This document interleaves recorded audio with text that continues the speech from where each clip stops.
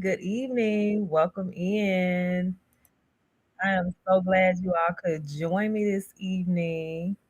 Hi, Stephanie. Hi, Robert. Who else? Hey, Mark. What's going on, good people? If y'all could do me a favor. Hey, Jesse. What up, though?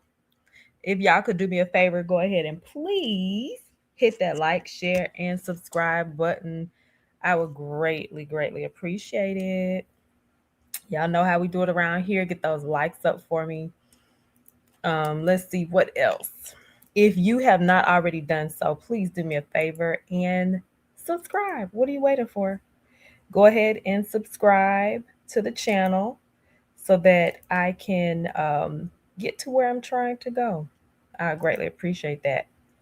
How is everybody doing this wonderful, wonderful Tuesday? Um, this has been an amazing Tuesday. Thank you, Robert. Thank you so much. Thank you, thank you, thank you. Hey, Pastor Prim. Good evening to you. Good evening. Good evening, y'all. So today is Tuesday. So today was the first day of school for my girls. So I have a high schooler and I have my other daughter, my youngest, is in the eighth grade. And so today, out of all the first days of school for them, kindergarten or pre-K rather, I didn't cry. I was like, bye. Kindergarten, I didn't cry. Middle school, didn't cry, nothing like that. High school, I said, oh my God, that's when it kind of hit me. And, my eyes got a little glossy. I didn't cry. I was a no limit soldier. I was a G. But I was like, oh my gosh, I have a high schooler, and not before too long, it's going to be time to learn how to drive. And then, not before too long, it's going to be time for a car and, all the things. Then, not before too long, it's going to be, hey, Anthony, it's going to be time to graduate, time for college, all these things. So all of that came rushing to me, and I'm like, oh my goodness. And then it's so precious because their father, I know, I know. I'm gonna have. They're gonna do driving school, but also I'm gonna have my ex husband, their father, teach them. Cause honey, the way my nervous system is set up, I can't. Okay, I can't. I be in there yelling and carrying on. I cannot. So I don't have the patience. But yeah, and then another thing that was so precious. Now this is precious to me every year that he does it, but it has been our routine since the moment they have started school, so from pre-K on, that their father, speaks a blessing over them and he prays over them before the school year starts. And that normally every year that kind of taps on a little heartstrings and whatnot. And so this particular year, I think he is feeling it too because we have a daughter that's in high school, and it's like, oh my goodness, it's getting down to the thing of the things. So today was special, you know, for my girls and for us as a family. So that was my day. My mammy still be skirmish in the car with me, mine too.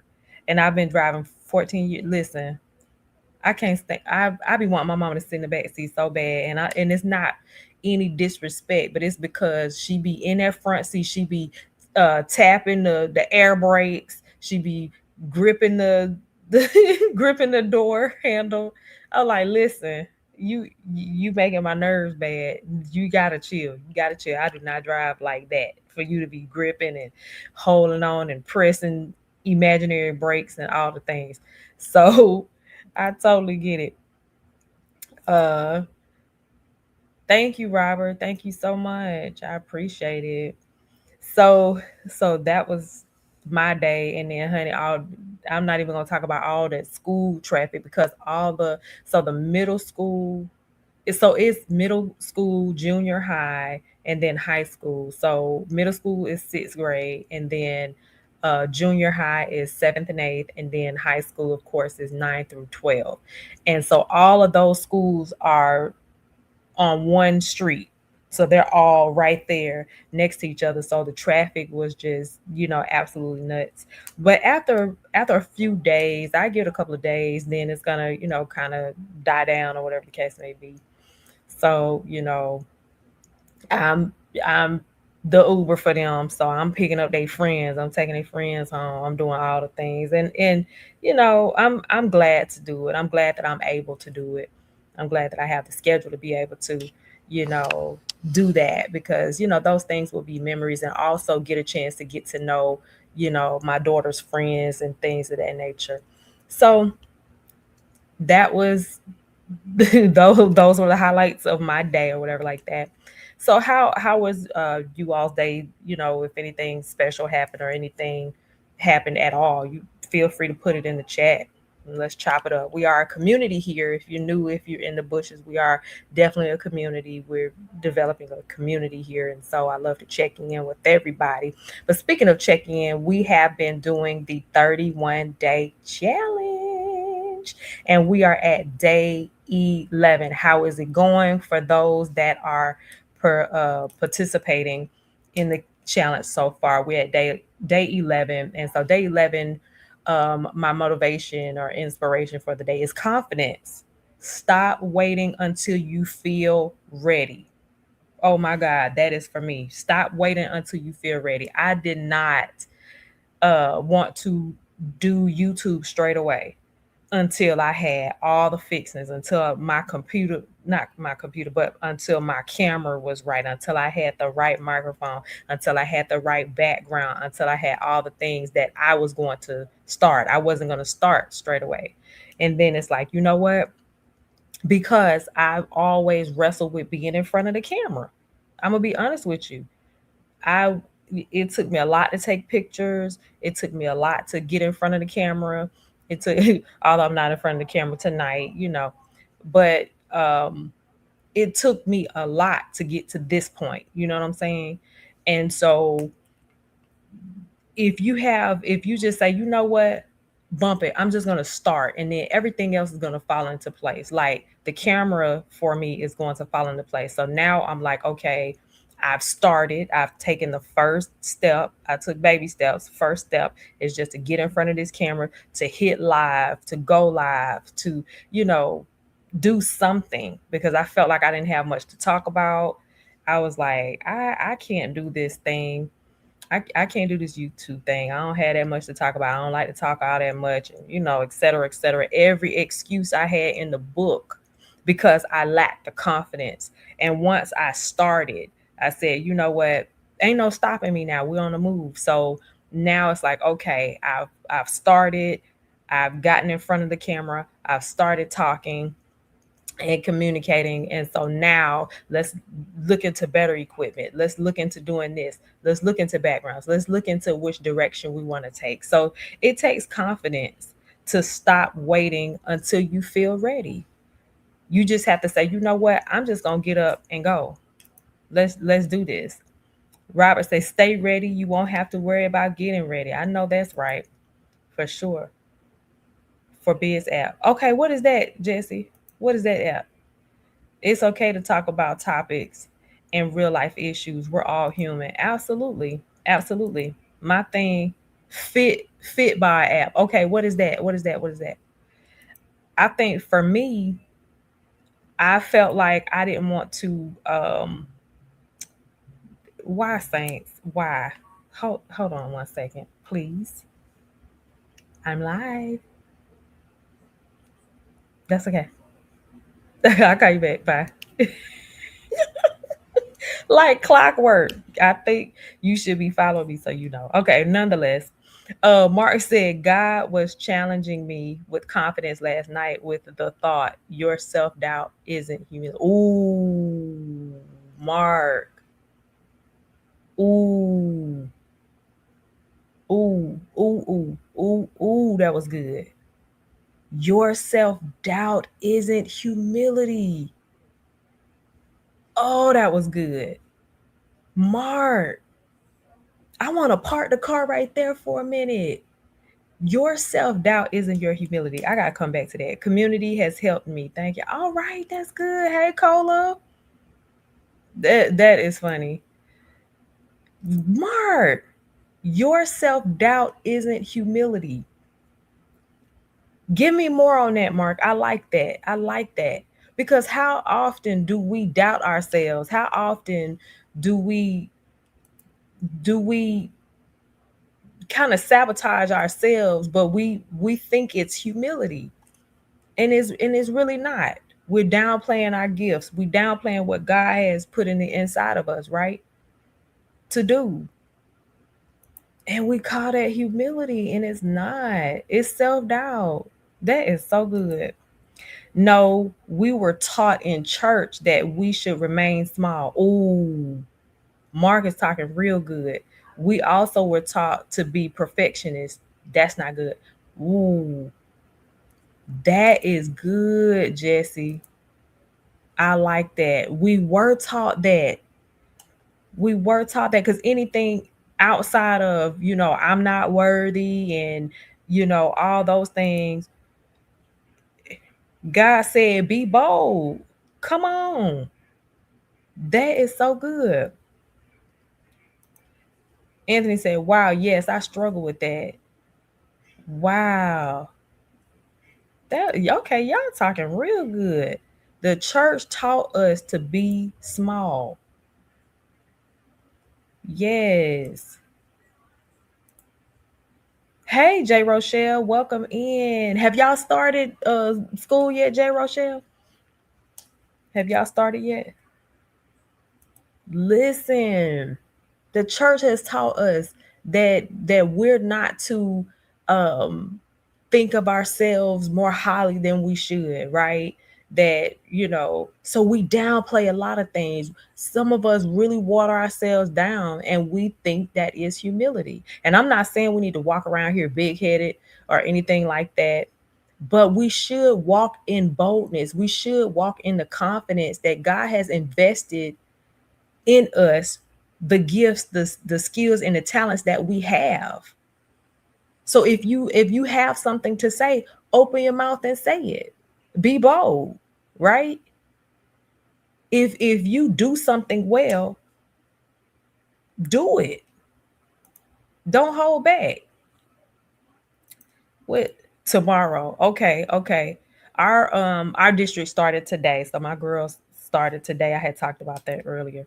I heard Joyce Meyer say one time, do it afraid. Yes. Do it afraid. I am having a lot added to my role this year, and I have really been struggling with confidence and the fear of messing up. Wow. Wow. But like Cola said, you got this, honey. J. Rochelle, you got this. They are adding to your plate for a reason because they know that you are fully capable to do whatever it is they ask you to do. So this is good.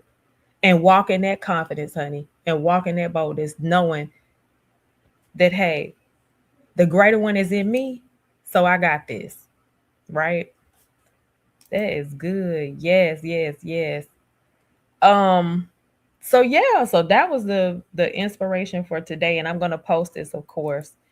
Raise and pay what he raised that. Listen, Nicola, do you hear me? Hello, somebody. Hello. Bar said many times we downplay our abilities, talents, strengths, gifts, etc., and dim our lights. We don't advocate for ourselves. Come on, Mark, to get our provisions or needs met because we view it as pride. Mark, you've been at the feet, haven't you? Because you preaching tonight. You are preaching tonight. The last contract that I had, this is so good, y'all. The last contract that I was working on, um, When I came through the door, I had lowballed myself just to get through the door. And that was fine. Just get in there right quick. I did my little yang yang yang. I came out of there and I said, all right, now let's talk.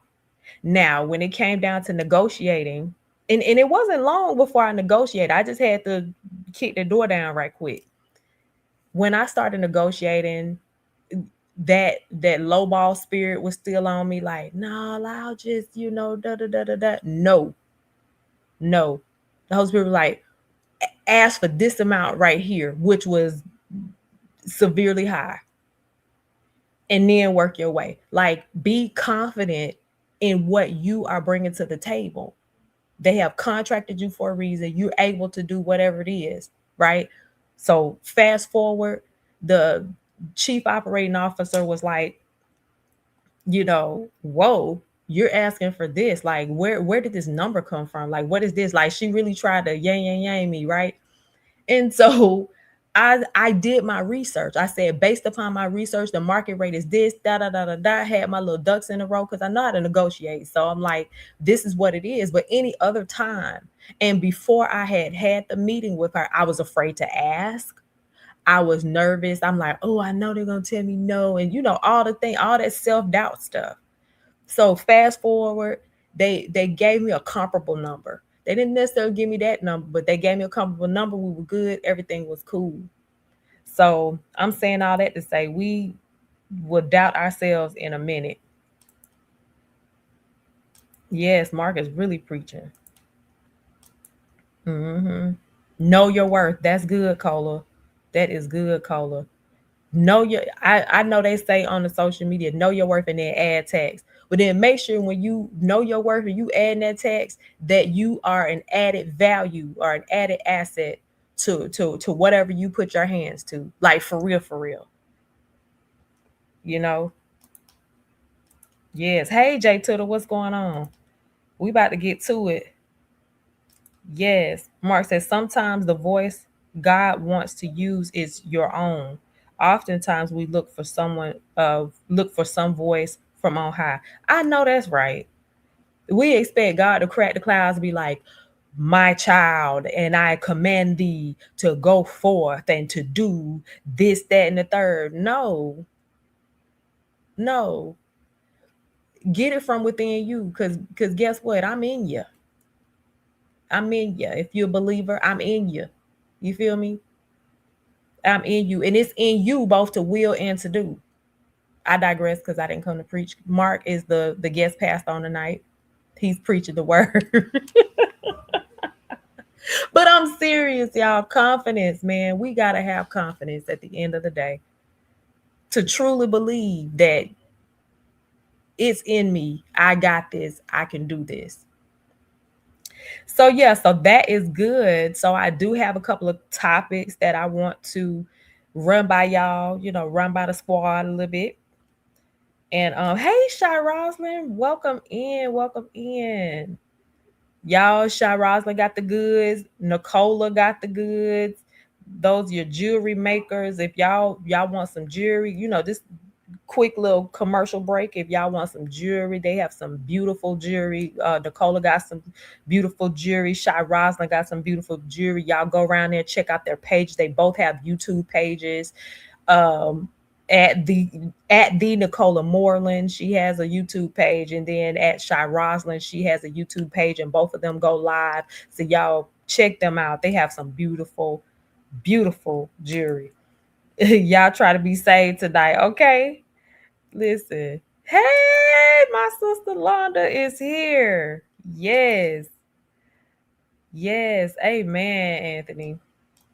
So, oh, hold on. I missed this. When I left the classroom, my AP assistant principal told me to know my worth and not be afraid to ask for what I wanted.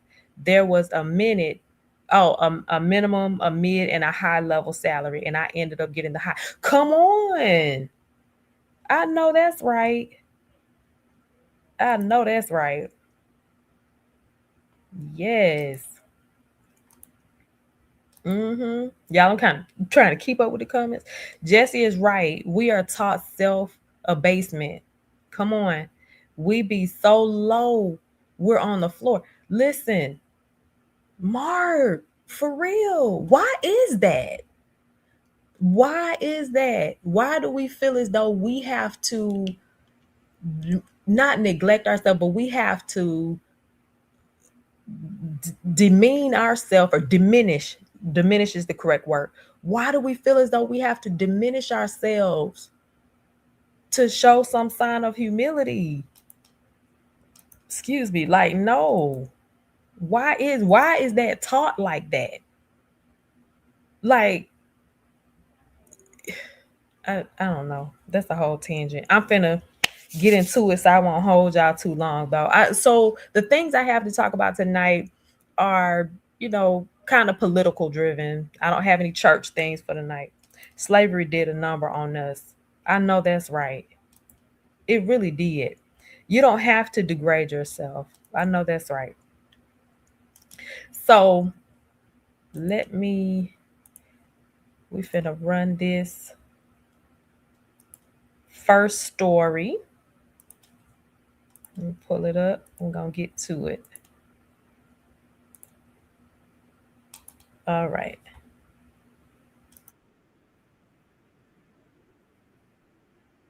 Sajor says it's not just the clientele. After Let me 34 start it years in over business, if he's I lost can. his entire management team at 7 locations and will likely have to shut down 2 stores due to the end of temporary protected status. The end of TPS means for me that my future in the hospitality business is almost going to be non-existent. On Sunday, federal officers made an immigration arrest outside one of his restaurants. What would you say to the president that you voted for? He sold to me that he is a businessman and that he will be making business decisions. Do you regret your vote? Yes, I do. I voted for Donald Trump. The Chef Creole All restaurant in right. Miami's Little Hold on. Haiti Let neighborhood me is typically love bustling the with customers. love the coming in hot. Love to see. I cannot. Love to say good for him. I can't. Love the why good for him, Lord. Hey, pray Aaron. Good evening to you. Let me go back before I get on this. Look, just good for his. Bart said before I get into the story, oftentimes people are in the midst of our congregation, community, family, etc., that have the answers and solutions, but the environment is not welcoming. Oh my God, that's a whole word, Mark. All right, now we finna ordain you as an elder in just a minute. Look, Shy Rosa said he brought that on himself. Okay, raggedy. Okay, so this is a Haitian Bahamian chef. For those of you that may not know who this is Chef Wilkinson. Okay, he's the owner of Chef Creole in Miami's Little Haiti. And he said that the Trump administration's immigration policies have hurt his restaurant tremendously. So those who he've had in management positions and so forth and so on, due to the ICE raids, he has had to shut down some of his locations there.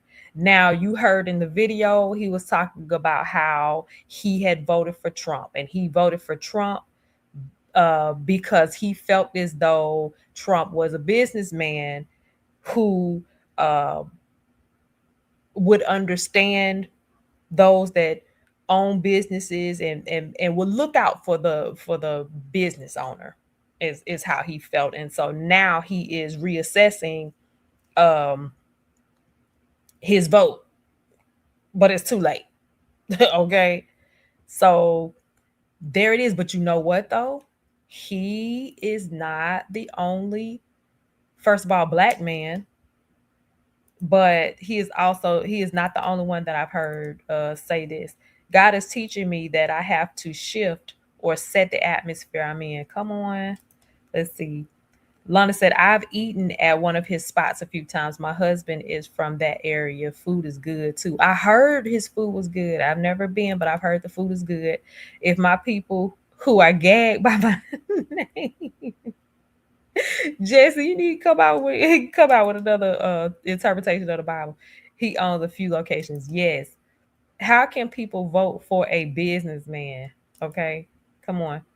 Exactly, Shy Rosalind. So yeah, but I have heard other black men uh that own businesses, that have money, even those black men that do not have money, that have voted for Trump, and here we are.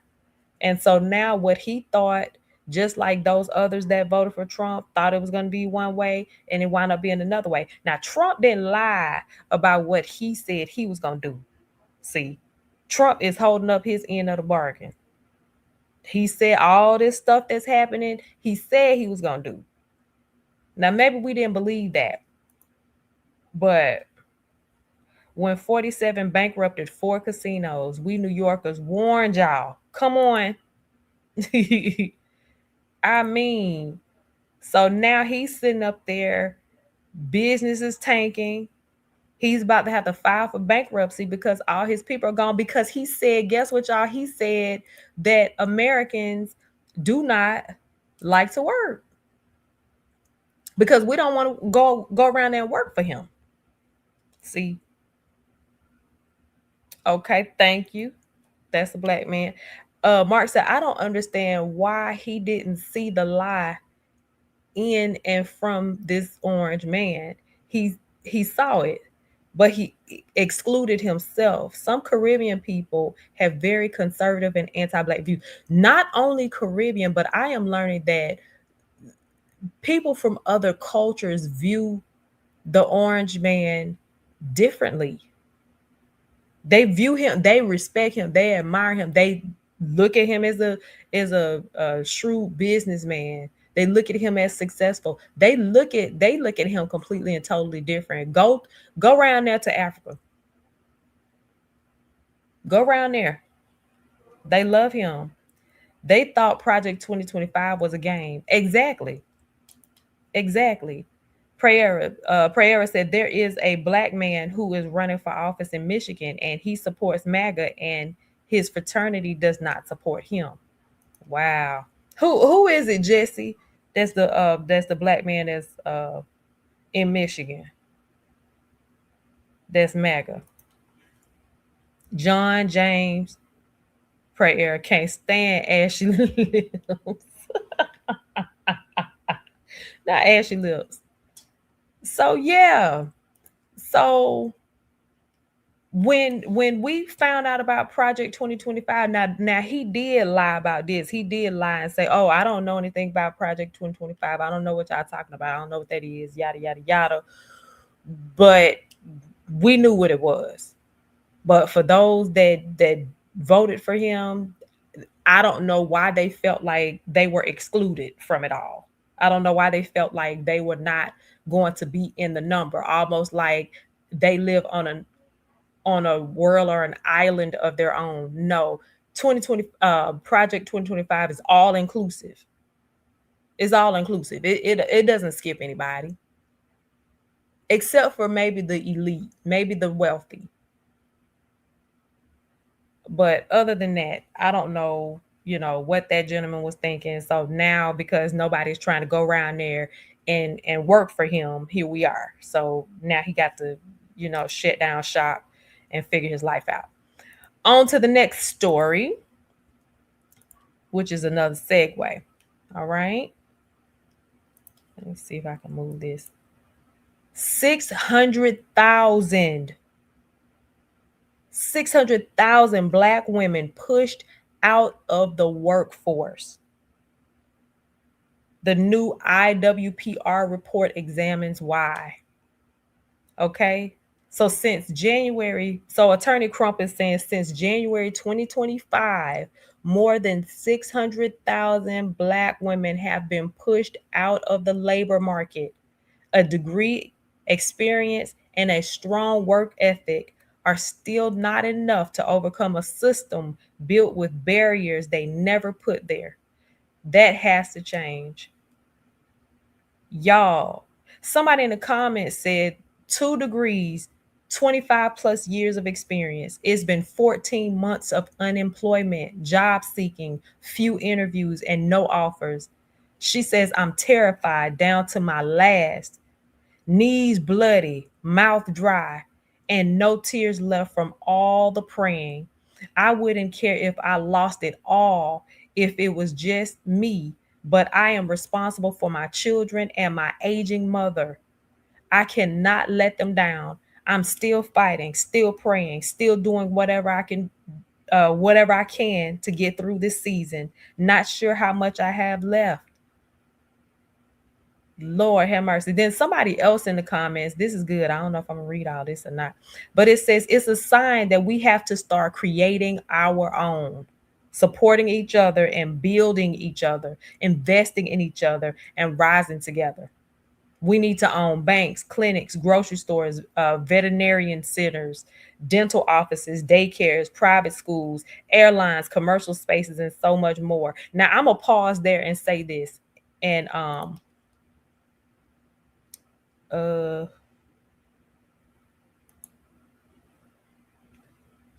to pause there and say this. Now, we do own clinics. Not sure about grocery stores, dental offices, daycares for sure, private schools maybe. Okay, we do own some of these things. Now, this is a whole nother topic, a whole other thing to talk about when we talk about supporting each other. How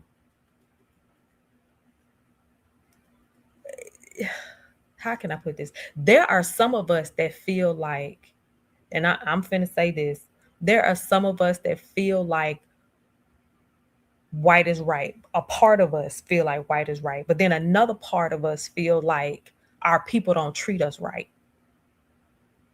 Some of us feel like some of our Black-owned businesses do not operate in excellence when it comes to customer service and care for the client. And then some of us as consumers have not been the best either. So that's a whole other story for another day. Let me get some of these hold on. Mark says some folks want to act rude and nasty, just like the orange man. They want to get away and escape the consequences they are living through him. Yikes. They can't push Black women out of the workforce. Yes.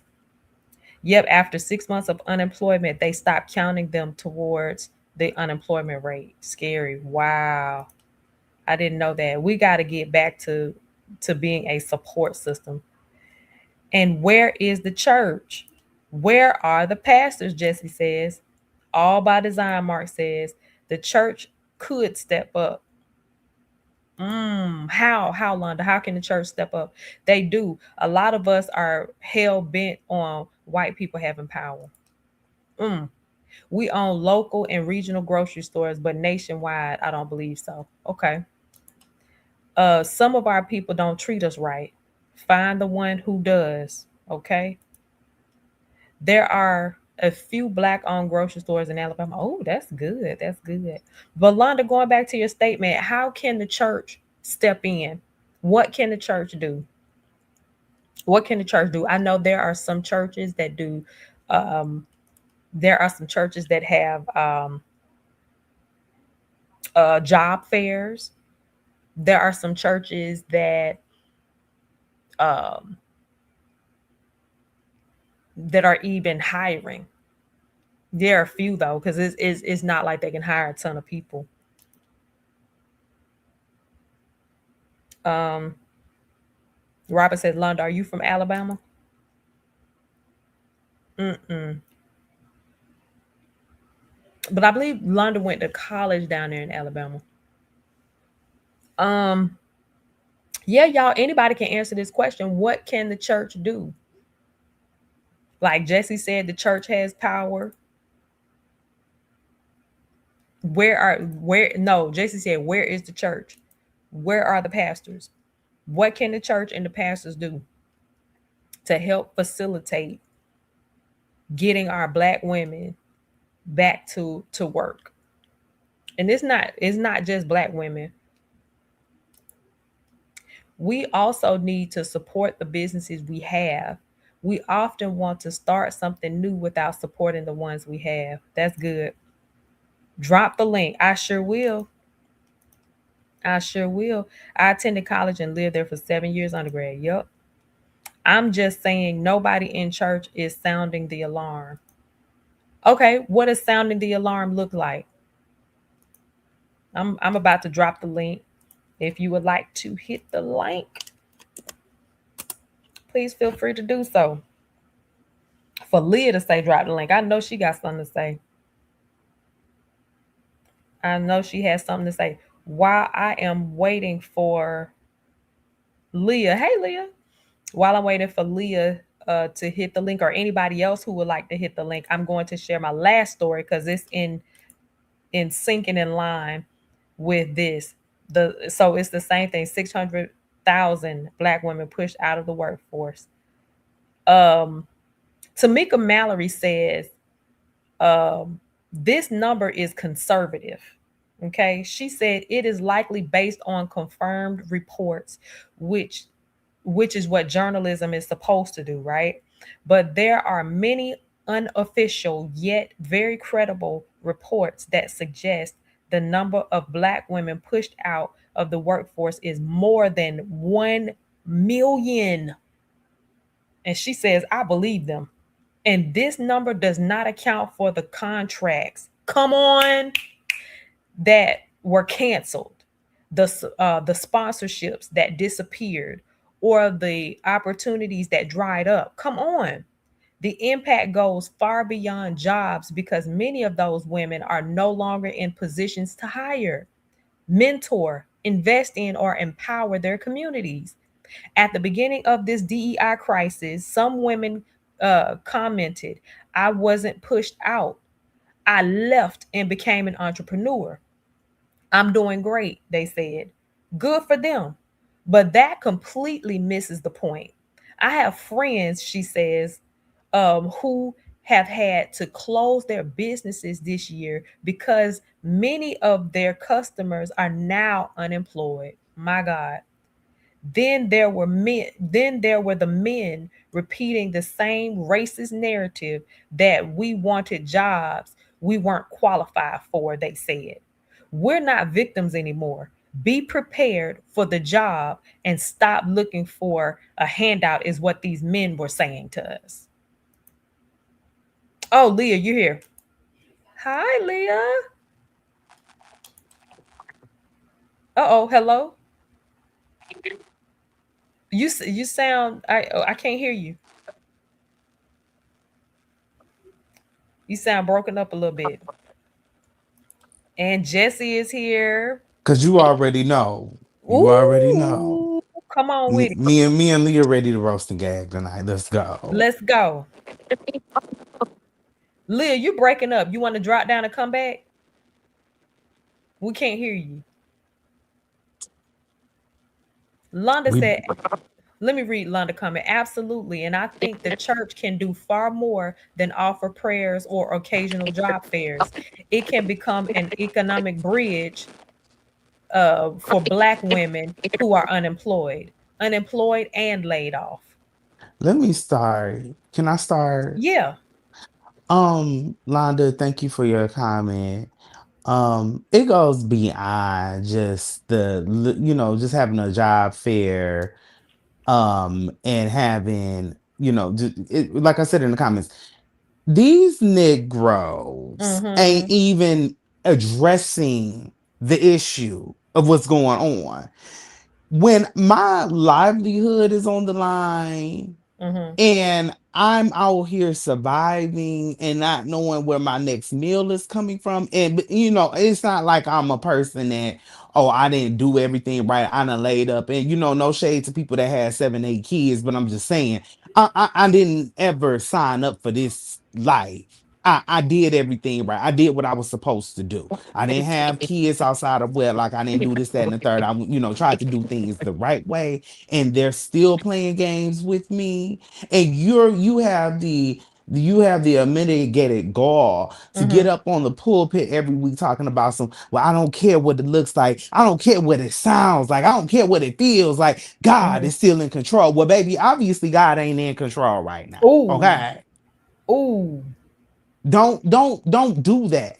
And see, that's what a lot of these pastors are sitting. That's exactly what I'm talking about. Like, where are your pastors? Who is sounding the alarm? Who is even addressing the issue of the economy right now? Jamal Nobody Bryant, is doing that. Everybody is just, oh, Freddie I'm not going to Haynes. touch it. I don't want to talk about politics. I'm just going to do the cliche, blah, blah, blah. People's lives are on the line. And it's not fair for people to go to school, get all this student loan debt and all of this and that, and then have to turn around and deal with this type of mistreatment. And then y'all sit there and gaslight people. That's not fair. So where is the church? Where is the pastors? Where are the people in ministry that's willing to, drop their little credibility or whatever, actually hit the front lines and actually sound the alarm for their flock? I don't see it. I'm not hearing it. Y'all get up and y'all talk about steak dinners or whatever you got going on, your Cadillac, your this, that, and the third, but you're not talking about your constituents. You're not talking about your flock. Hold on. Okay. And that's just keeping it above. We got a lot to get into because you don't trigger me, Courtney. Yes. Come on. I love it. Okay, so Mark says and I can't hear you. Praise God. My bad. You can't hear me? Okay, I'm gonna drop you. Hold on, let's see. All right. Can you hear me now? Can you hear me, Jesse? Okay, I can hear you. You can hear me now? Yeah, okay. I have to change the settings. Okay, Leah, can you hear me? Leah? Jesse, see if Leah can't hear you. Leah, can you hear me? No, Leah. Okay, Leah, we can't hear you. This is so okay. We can hear you now. We can hear you now. Can you hear me? This. Can you hear me, Leah? Leah, can you hear me? Jesse, can you hear Leah? Could you hear her before? Uh-oh. Okay. Jesse, can you hear me? Okay. I'm going to bring y'all back up. Let me try it again. Okay. Jesse, can you hear me? Leah, can you hear me?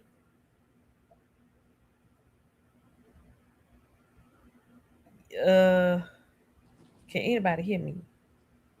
Jesse, can you hear me? Okay. The saints can't hear me.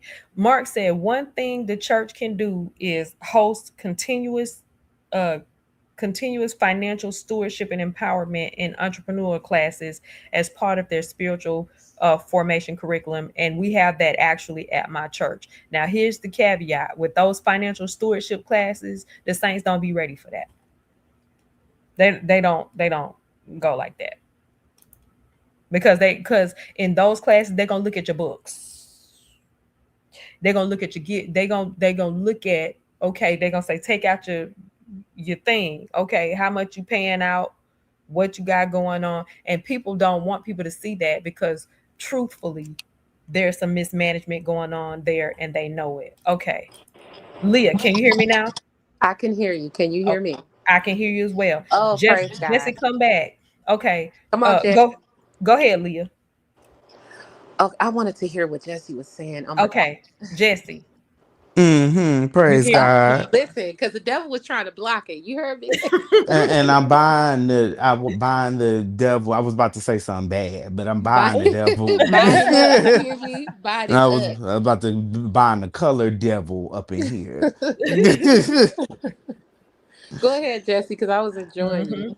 No, I was just saying, these pastors, they've lost the plot. In the days of MLK, in the days of, Josh, what's his name? Franklin, C.L. Franklin, they care about the economics of the Black community. Now what we have is a bunch of brats and a bunch of people that, it's like y'all going along with Trump. You can't tell me otherwise. That's why I move the way I do, because it's like, I don't care about you having, the things of God, and you being able to take care of yourself, and you being able to have luxury things just like the next person.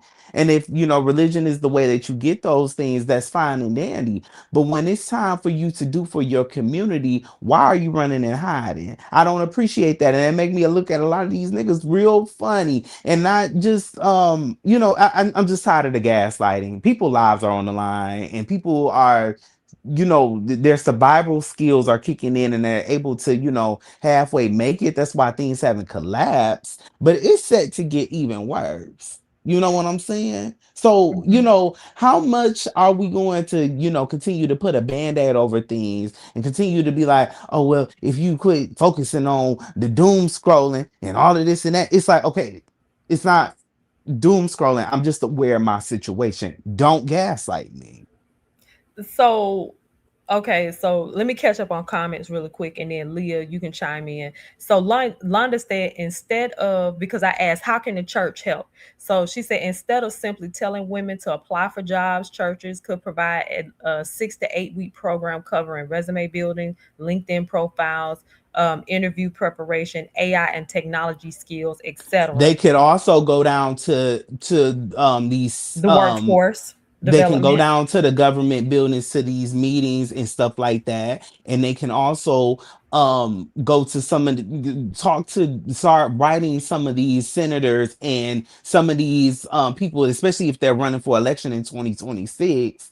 You need to tell them, like, we're holding you accountable. We need answers to why the economics in our community is so bad, but they're not doing it. Hey, Pastor Prim. Pastor Prim has entered the conversation. Let me get another statement in here. It's Bishop Paul S. Morton Sr., the senior founder of the Full Gospel Baptist Fellowship, has been very vocal in terms of speaking out against redistricting, yes, and a lack of Black and brown representation in Louisiana. Robert was saying sometimes you can create your own jobs or start your own business. Let's see here. And Londa that's said, hey, and create a I'm church sorry. funded emergency employment fund. Folks paying tithes and giving offering, put it to use. Find some grant writers to help. And even that, Oh, I'm um, so behind on the thing. I'm sorry. Go can, ahead. I was gonna say, even people saying, "Oh, go out and start your own business," and all of this and that. That's even a little triggering right there. You know what I'm saying? Everybody Mhm. doesn't have the wherewithal to go out and start a business. If it was That's right. easy, everybody would Everybody do would it. do it. Now, so that's even triggering, like, are we gonna have to just, we just gonna have to stick together? Well, if we were sticking together, if that would work, you Hmm. know it would happen. So obviously that's not happening, and doing these blanket statements on everything, it gets triggering. And I'm just speaking the truth of the situation. Even, and I've said this before, but y'all know I just graduated, well, got conferred for my degree. Come on, I did confer. I I'm did sorry. Go everything ahead. right. I did everything right. I went to school, it might have taken a little bit longer than normal, but like, I went to Hmm. school and did everything the right way. I worked, in corporate for 10 years. So, I've done everything the right way. I can't even get an interview nowhere Come on. with experience and with the degree in hand. And it's like, you tell people, and I cuss people out. So I just tell them straight up, like, don't play with me, because I'm telling you the reality of the situation. So don't give me a blanket statement. And a lot of people be needing to be checked, because I'm like, this false positivity thing that the church got going on right now, it's not working. Okay. Hold on 1 second. So Mark said, Courtney, I understand the pastors need to start dismantling the shame of it through the language of the church and the sermons. That's the start. So hold on. So let me say this too, and then Leah will have you to chime in, and then Pastor Prim, welcome to you. Um, Somebody mentioned about starting business. So here's the thing, you can take your skill set, you can take what you have, and you can, and I understand what you were saying, Jesse, that everybody's not built to be entrepreneurs, but you can. I believe that this society is about to turn into a gig based society, and I think that you can take your skills, whatever you have to offer, couple that with AI and be able to offer your services to small businesses or to any size business for that matter. Okay, so why isn't the church facilitating these type of things? Why are then? we putting but Because that's what that you're supposed to be, the flock of the community. You're supposed to be the shepherd of the community and the shepherd of your people. Why aren't they doing it? Y'all sitting around here still having AIM convention every week. Y'all still trying to have GWMA or whatever else y'all got going on. Why isn't this being done? Why? What are you up in there doing? What are you doing? You just up in there twiddling your fingers. You're still talking about what happened in 1956. Like, why aren't we actually helping the people with up but to who's to date say that they're not? information? I mean, up to date, because there wouldn't, if people wouldn't be, we wouldn't have 600,000 people being pushed out of the workforce if that was the case. Okay, let's let Leah go. Let's let Leah go, and then Pastor Prim, we got you. Go ahead, Leah. Okay, so um, on this particular topic, I have to stand with Jesse on this. I agree that the church has failed the community, and that's a period at the end of that hard stop. There's no way around it. The church does need to stand in accountability on that. There's a lot of nuances to it, and there's a lot of layers. We're not going to be able to get to all of it. Um, but the church has grown expeditiously, but it also has not prepared its people for the growth that it experienced. And so it's been a lot of gatekeeping and a lot of selfishness and a lot of self building and not building within the community. So that's my first statement. And hoarding. And a lot of hoarding. Now, we have biblical, practical knowledge on how to build infrastructure to carry people through any famine within the land, God's people through any famine in the land. We have multiple examples of where God showed individuals how to carry the people in the land. But instead of using those principles to actually build the infrastructure and start the storehouse, that particular scripture is one of my pet peeves in the church. They use it for tithes to pay, and I'm not saying that the church doesn't have bills. We're not talking about that part of it. But we're talking about infrastructure for the community. So that's my second point. Now, my third point is it's actually, in my opinion, and this is my opinion, but from what I have researched, from being on the side of being a PK and then also being married to a pastor and doing the groundwork, Mm-hmm. I understand that it's possible to actually affect your community and have the infrastructure available so that you can provide jobs. But the problem with a lot of our African American churches, one, we don't get some of the funding or we don't have access to it, or two, when we do get it, we do other things. There are some churches that have done it, but my whole point, and I'll wrap it up really quickly, is where I'm a land at is instead of having these big mega churches with all these offices and all these banquets and conventions and all that, we need to have businesses. Churches can start businesses. We've proven that. We don't have daycares. There's no reason why our churches cannot be the next thing closest to the government. Okay, let me read this We can comment. have, Oh, I'm sorry. I'm sorry. Go ahead. Go ahead. We can have daycares, we can have grocery stores, we can have our own restaurants, we can have our own hair salons, we can have strip malls, real estate, farming, all of the things that require the resources. We don't invest back into the community, which is why the community has lost respect for the church. It's a two-way street. You have to give in so that the people can give back and so that we can have something to go to. It's not just about the money. We have to generate the resources and we have it to do it.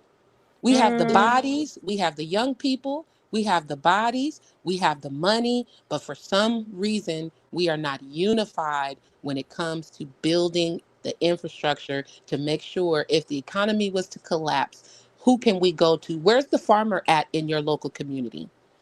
Where is um, the person who is going to do your hair if the economy collapsed? Who's going to create the hair care products? Who do you know that has the herbs and the tinctures? We call people witches and warlocks and things like that instead of cultivating gifts in people. I mean, the church, I don't understand how we got off base. We've completely lost our sense of self when it comes to that part. So I'll All stop right. right there. White Thank you, Leah. supremacy. Okay, so I'm gonna read a couple of comments, and then Jesse, look who you spoke up. Who I speak of? Oh God. let me read these Keep my comments. name out Okay. your mouth, please. Okay.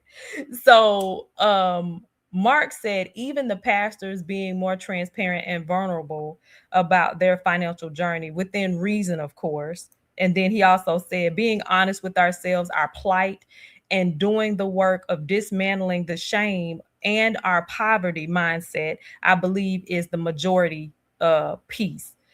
Pastor Prim, you wanted to add to the Yeah. conversation. Hey, what's up, sis? Everybody, Jesse, Leah, Joshua, what's up? I enjoy what everybody's saying, but and Leah, you started to hit something. And I didn't know you was married to a preacher. I didn't even know you was a PK.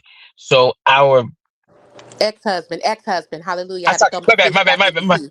my bad, my Yeah, bad. I had to throw him back in the sea. But praise Oh the my Lord. Go God, ahead. I love it. Um, Being a PK, um, all of my siblings are all preachers, right? My parents were all preachers and all that type of stuff. Let me say this, y'all. I think, and just hear me out, guys. I think the church as a we keep saying blanket statements.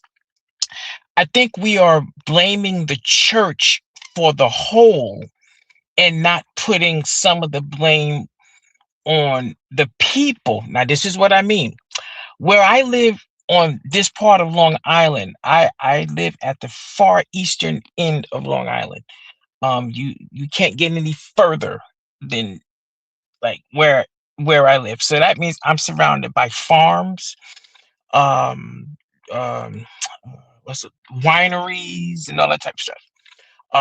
And a lot of Caucasian churches. Now, follow what I'm saying.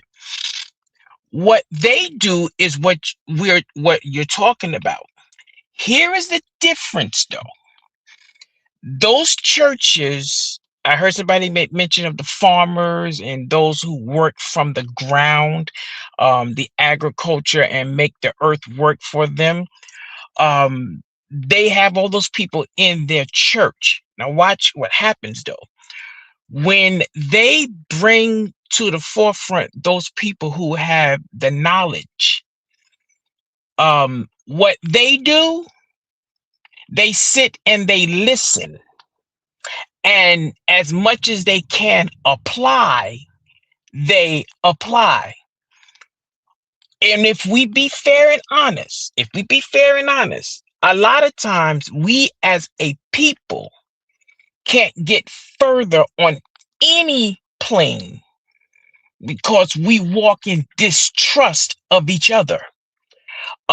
No matter whether it's on the church, whether we put it onto the preacher, whether we put it on the backs of the deacon, whether we put it on, however we want to word it, when it comes down to it, oftentimes, because every church has not taken from the community and not put back in, but what gets put out is a blanket statement that the church isn't helping the community, and that's just not, number one, it's not a fair statement. Number two, oftentimes churches are not doing as well financially as what people think they are.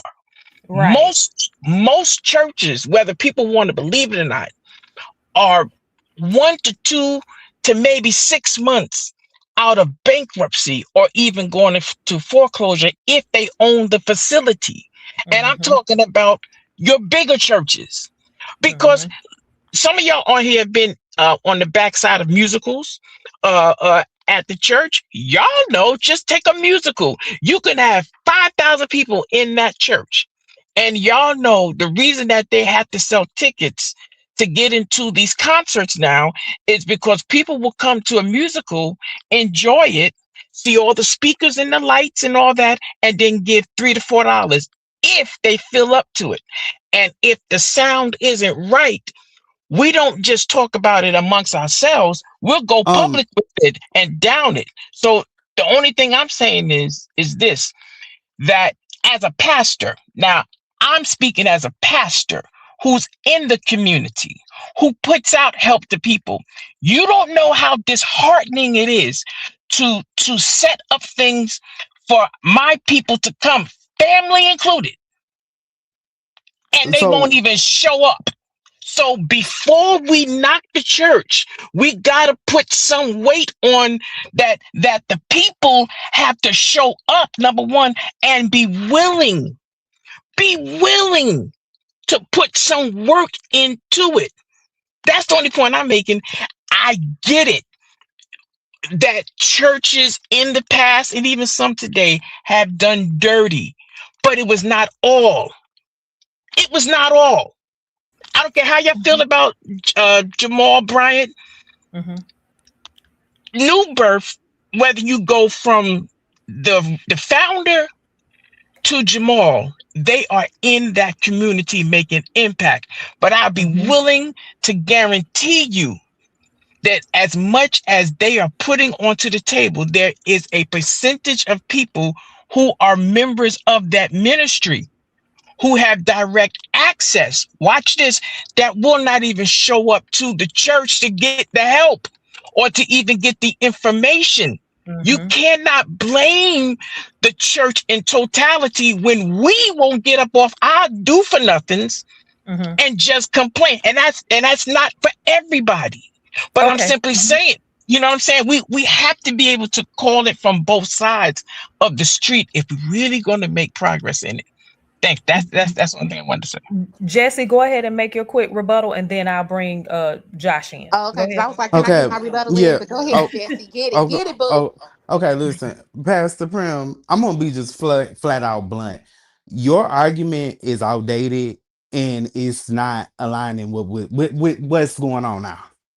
And when I was speaking about everything that's going on in the church, I didn't want to say like, oh, the church need to give people money. I need for y'all to just address the anti DEI rhetoric that's going on, and people aren't doing it. But some people are though. Some I'm people hearing are pastors talk not, about it. but in mass, people are not That, because I but watched these clips of these but different that's the point that churches, I'm and sorry, they're Jesse, not. They're but they're they're again gaslighting people, and they're saying it doesn't matter who the president. It don't matter. Okay, that's fine for you and your household, but this president is personally affecting me in and my livelihood.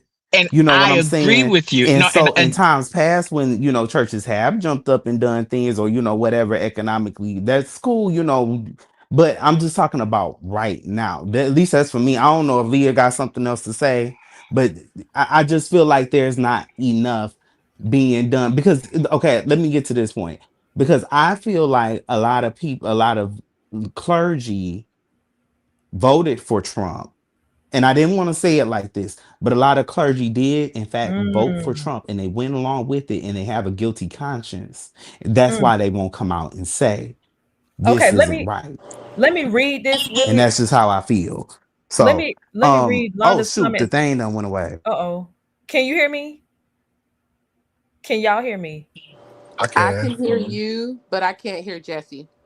Okay, Jesse, can you hear me? Oh, like you can. Je- okay, go ahead, Josh, and then I'll read Londa's comments. Go ahead. Hello, everyone. How you all doing? This really hits a nerve with me because I'm working on a project. So I'm running for office in 2028, and my platform is out of the family flows the state. And Leah, coincidentally, it was something you said a while back on St. James platform that helped me kind of do a part two of that out of the family flows a church. And I've been working on something about how the church can produce daycares, how the church can produce, or at least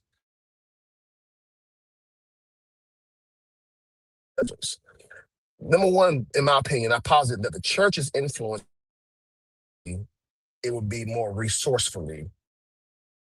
And the resource is that there's nowhere in the Black community in particular that has as many teachers, as many business people, as many professionals or educated people pooled in one location as the Black church. And so, although I see the Black church being something totally different than it was vis-a-vis 40 years ago, which was civil rights and community educating, etc., I believe now it is more of a venture capitalist style because we have Leah who can teach music. We have Jesse who's in finance. And so those two people can give us something that we don't have on our own by ourselves. So for example, and Pastor Prim was correct. I think we over exaggerate because of the last 30 years how financially stable the church is. The church is not well. Why? Because the people are not well. Like I know many a church that since 2008 have had to downsize, and the pandemic has just exacerbated that number. And so, if the people don't have the money, then the church don't have the money. And there's a good podcast with Jasper William III and Jamal Bryant, and one of the subset points he brings out is all the all of the debt that New Birth had shows that the people either weren't supporting or didn't have it to give. And when there's a vision, people will find resources to give, or at least their time to give. And I think that it's a lack of vision. It's a lack of a visionary. It's a lack of someone that can pull us all together and say, hey, we're not here to make money. We are here to invest so our people will be well. Because without a healthy family, there's no church. So, for example, the average daycare now costs about $1,400 a month, okay? Why can't the church come together with infrastructure, with land, with people, and literally cut that in half and still make a profit? So you have two things. You have a profit where money is coming in consistently, and you're solving a problem within the community. It's those kind of things. It's for example, if there's a food desert, if a store closes, why aren't churches producing Amen. food trucks that allow people to go, let's say, Co-ops. to mid city New Orleans on Mondays and Tuesdays, or if there are things that can be done. I'm not saying solve the problem, and Pastor Prim was right also. A lot of this also falls on personal choices, and we can't force our personal consequences upon the church. However, the church do have the resources and the people to fix a lot of our problems.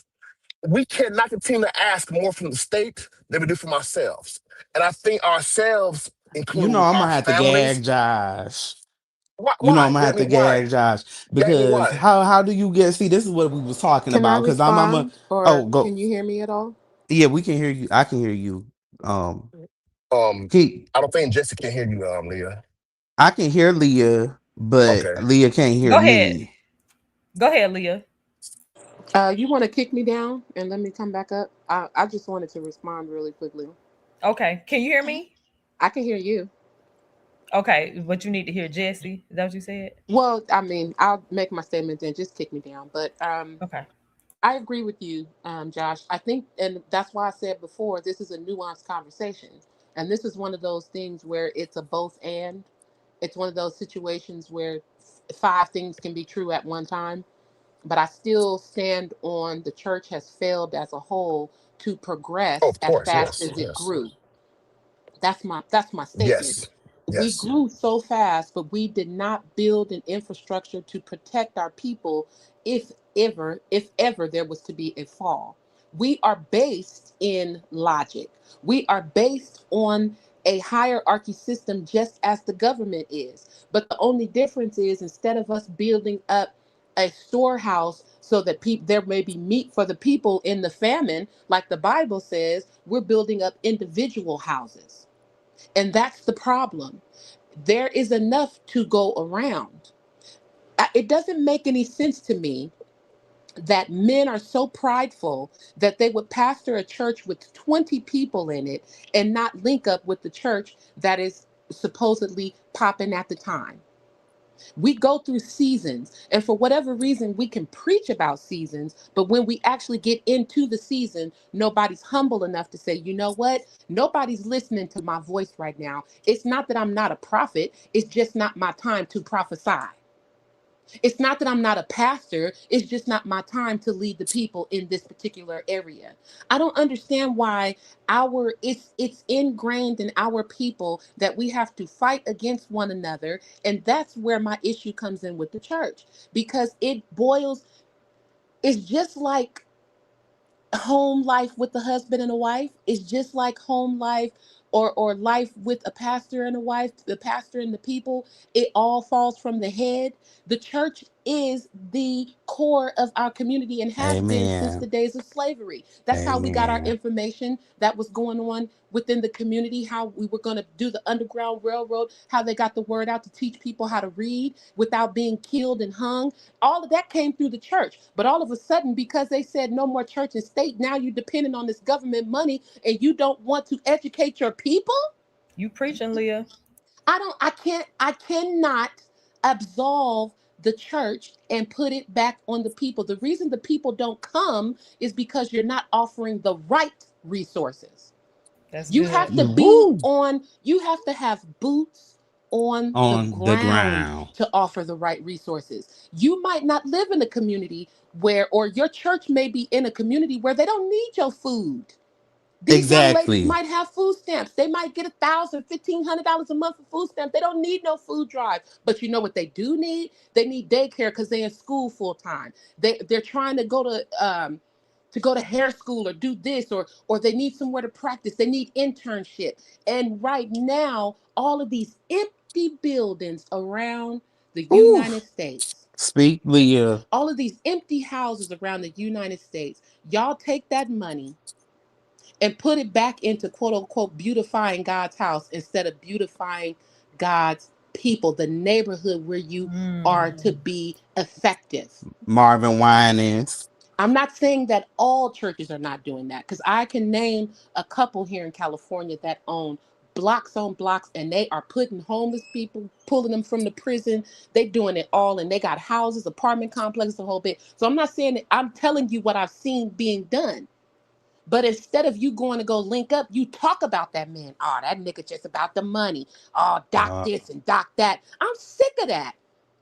That's You good. got people out here just because I'm not able to make $150,000 a year. Unemployment is not going to give me but so much per month. Well, if the church can supply that, I'll provide you my services. I'll teach you how to sing for a little bit less than I what I wish normally Leah could charge. hear me. But Can y'all? y'all don't want that though, because that Hey, requires Leah. humility.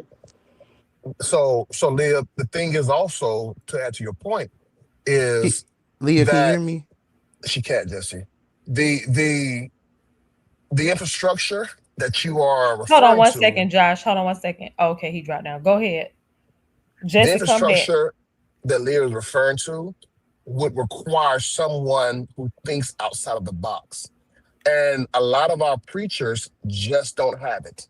A lot of our leaders just don't have it. They have mastered the art of preaching and the art of church, but the art of living, they are in poverty, if you will. And I don't mean poverty in a fiduciary point.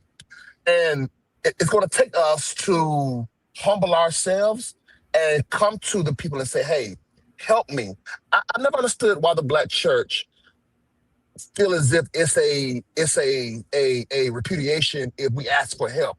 I grew up in a Pentecostal mess that taught you would never supersede your leader. What does that mean? What if I have a talent that Hmm. actually is more becoming of my leader? What if my voice, what if my gathering skills is better than his or hers? So you mean to tell me that you're going to stagnate me because you're egotistical? And I think one of the good parts of COVID is a lot of those people are now being displaced as far as leaders that Mm-hmm. I mean. And I think that it's up to us now. We know the evils, we know the wrongs, we have the experience. AI presents a very valuable, in my estimation, opportunity for us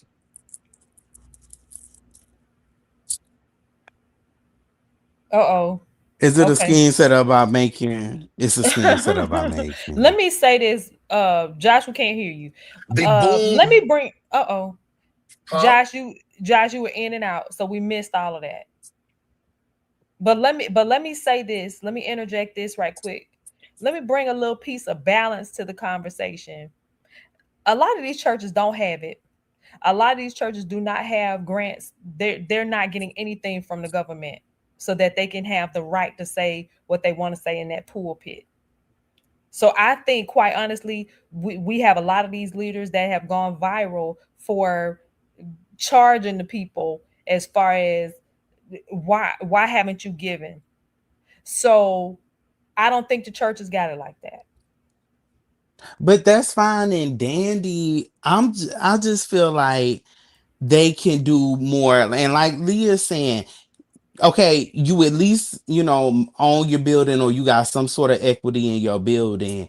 This needs to be used more for community space. We're not saying again, y'all still, and that's what I was saying in the past, the Prem, and to you too, Josh, is y'all listening to us as if we're back in 2005 saying, oh, why y'all ain't got food pantries, why y'all ain't picking up the ghetto children, the children of the ghetto. We're not saying that. We saying use these resources to help people out a little bit more. You don't have to necessarily give up the money, but let's bridge some of this stuff There you together. go. Why aren't there any co-ops going on right now? But Why and why what? isn't there any leader Mhm. church co-ops? Y'all take y'all asses down there to Memphis, Tennessee, everywhere else every single year, but no, they don't even got a hotel down there. That's a failure. And But you I'm can't saying, convince me systematically. otherwise. and you're right, and that's fine. But I'm saying these churches do not have it. No, They no, no. So but what Jesse is go saying, ahead. and Jesse misunderstood me. You're not saying it, but other people are saying this. What Jesse is saying, Courtney, is that do you use what you have. If you have a building with 5 offices, okay, let's use those offices to teach AI, to teach something. You know what I'm saying, use what Hmm. you have. And if every church do something, then that's 100% better than we were before. But I Hmm. think Jesse is, and it's my point. You're not saying that, but most people over exaggerate the financial status of the church. These folks just don't have it. Now, you have those that do, that are doing well. And I'm proud to say that your Lily Groves in Houston, your Willers, your Rap West, they're doing things with their resources.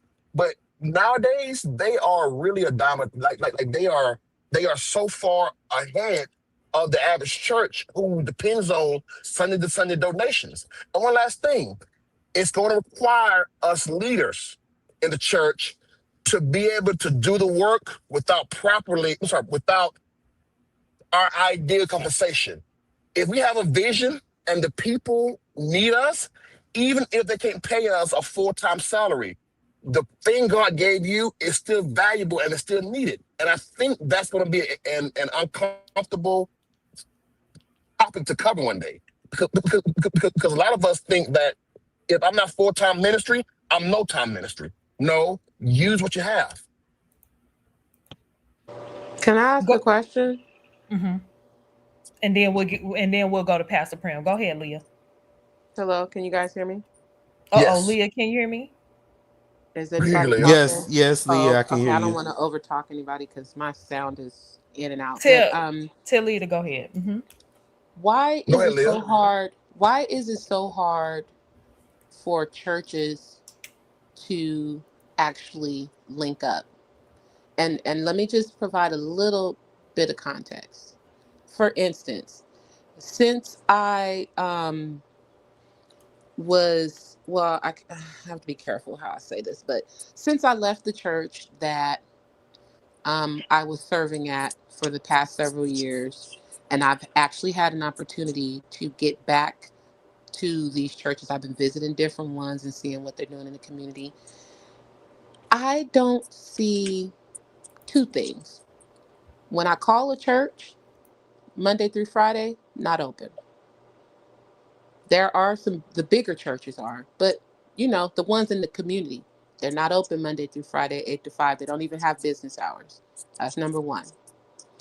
Number two, you don't see the church itself actually present in the community outside of the building, the Sunday service, and your occasional block party or food drive.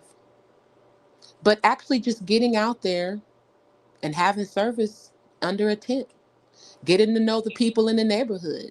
A lot of these pastors don't even know the people that stay across the street from their churches, don't even know their names.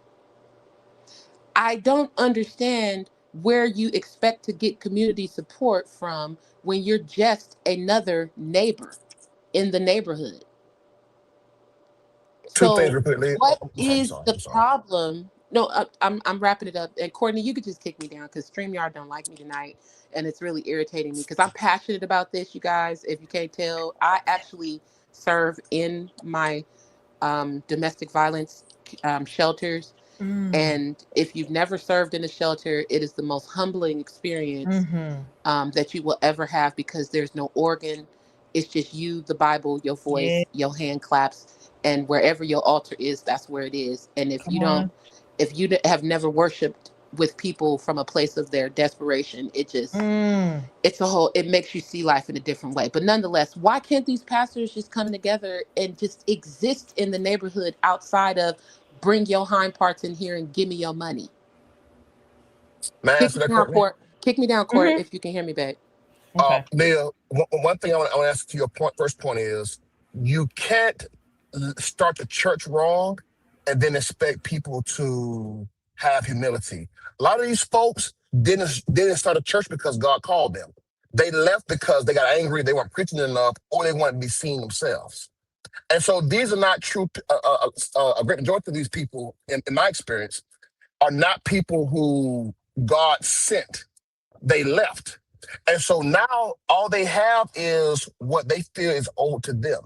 And so how dare I, quote unquote, step down off my ladder of grace and sit up under some man, somebody else. Although you aren't effective now, you aren't growing, you aren't doing nothing, but simply, wasting time. And so their mindset is wrong. And then secondly, I don't need the community because I've always been taught to tell them you need me. It's heaven and hell, so you need me. And it's hard to change that mindset when people have been so ingrained in beat people up. No. You need the community and they need you. It's a partnership. Okay, Pastor Prim, go ahead and chime in. Leah, hold on. Leah, can you hear? She back? Yeah, I see her. Leah? Yes, she bet. Hopefully Okay. she can get on because I love that she went up. Let me say this, Go ahead, Josh. Pastor Prim. Josh, you are so right. You know what the term we are missing? It's called a shepherd's heart.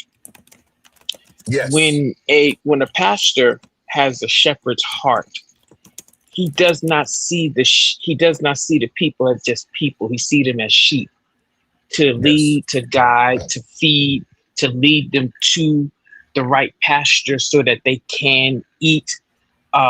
Also to shepherd them when they go astray, to bring them out of danger, and also to help fend off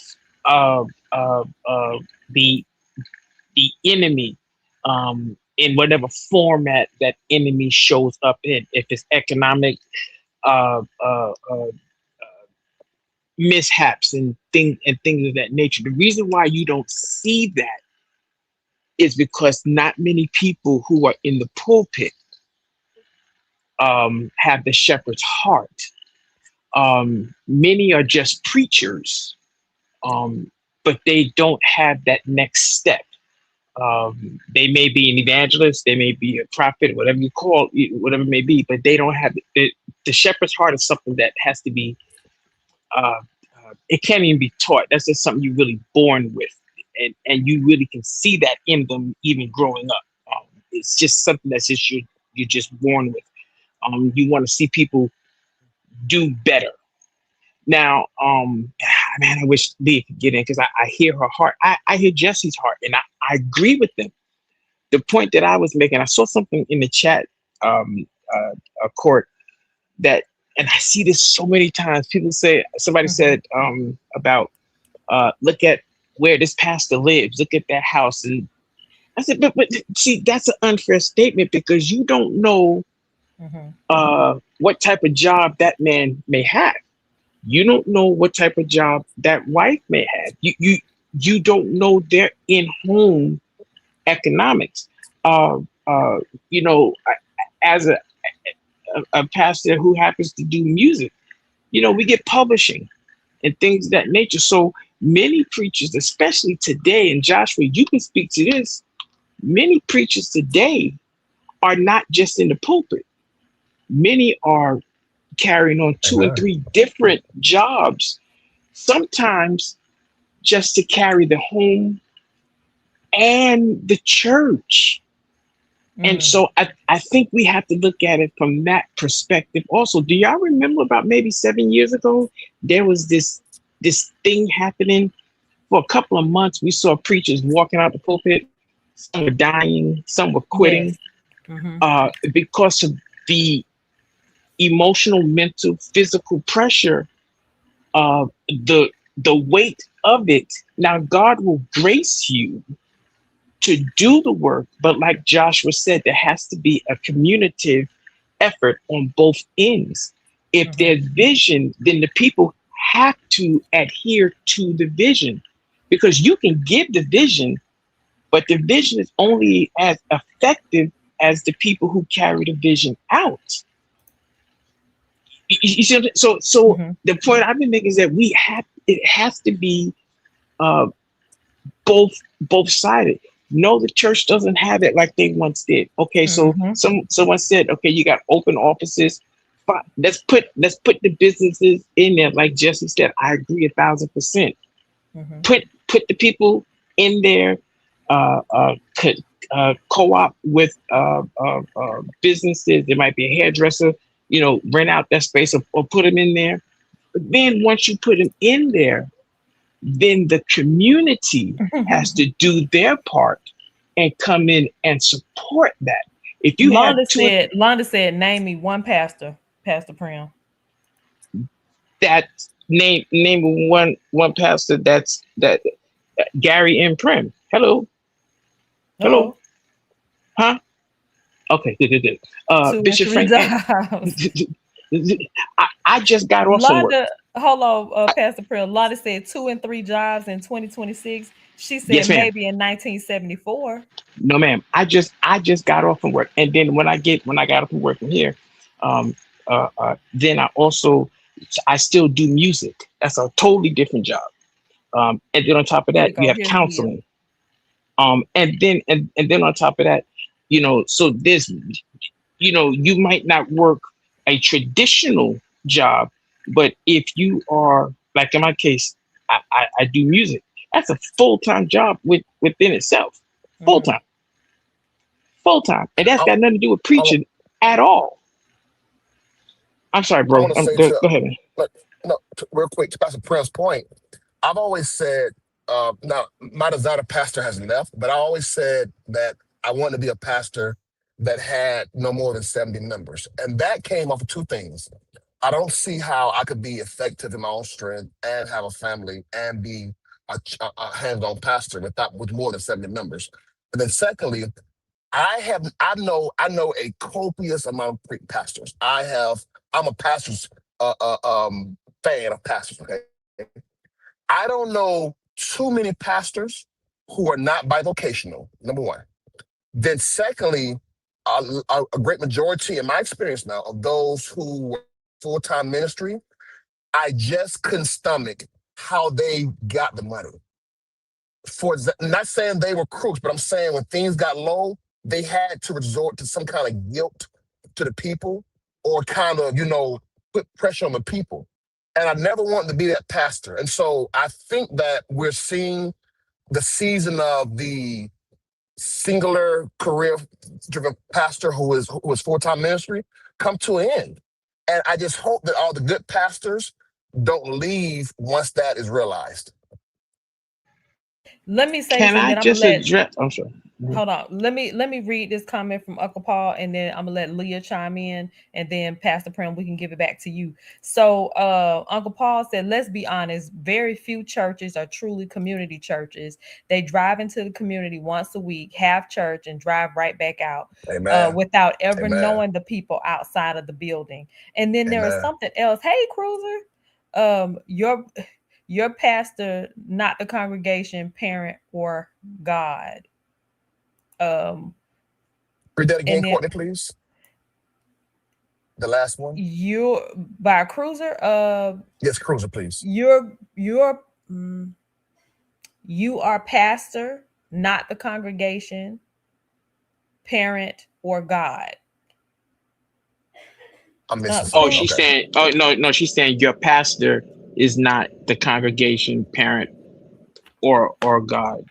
But let me also say this as well, and then Leah chiming in, and then Pastor Prim will give it back to you. Let me say this: these ninjas nowadays are not, for the exception of you, Pastor Prim, are not bivocational because of social media. A lot of them want to be full-time ministry, And they're struggling effective too. immediately. And they broke too. Go ahead, They Leah. broke. So, okay, I guess maybe I'm just too practical, and it could be the fault of my goddad, my last pastor, my godfather, God rest his soul. But the Bible says you're supposed to go out into the world and preach the gospel.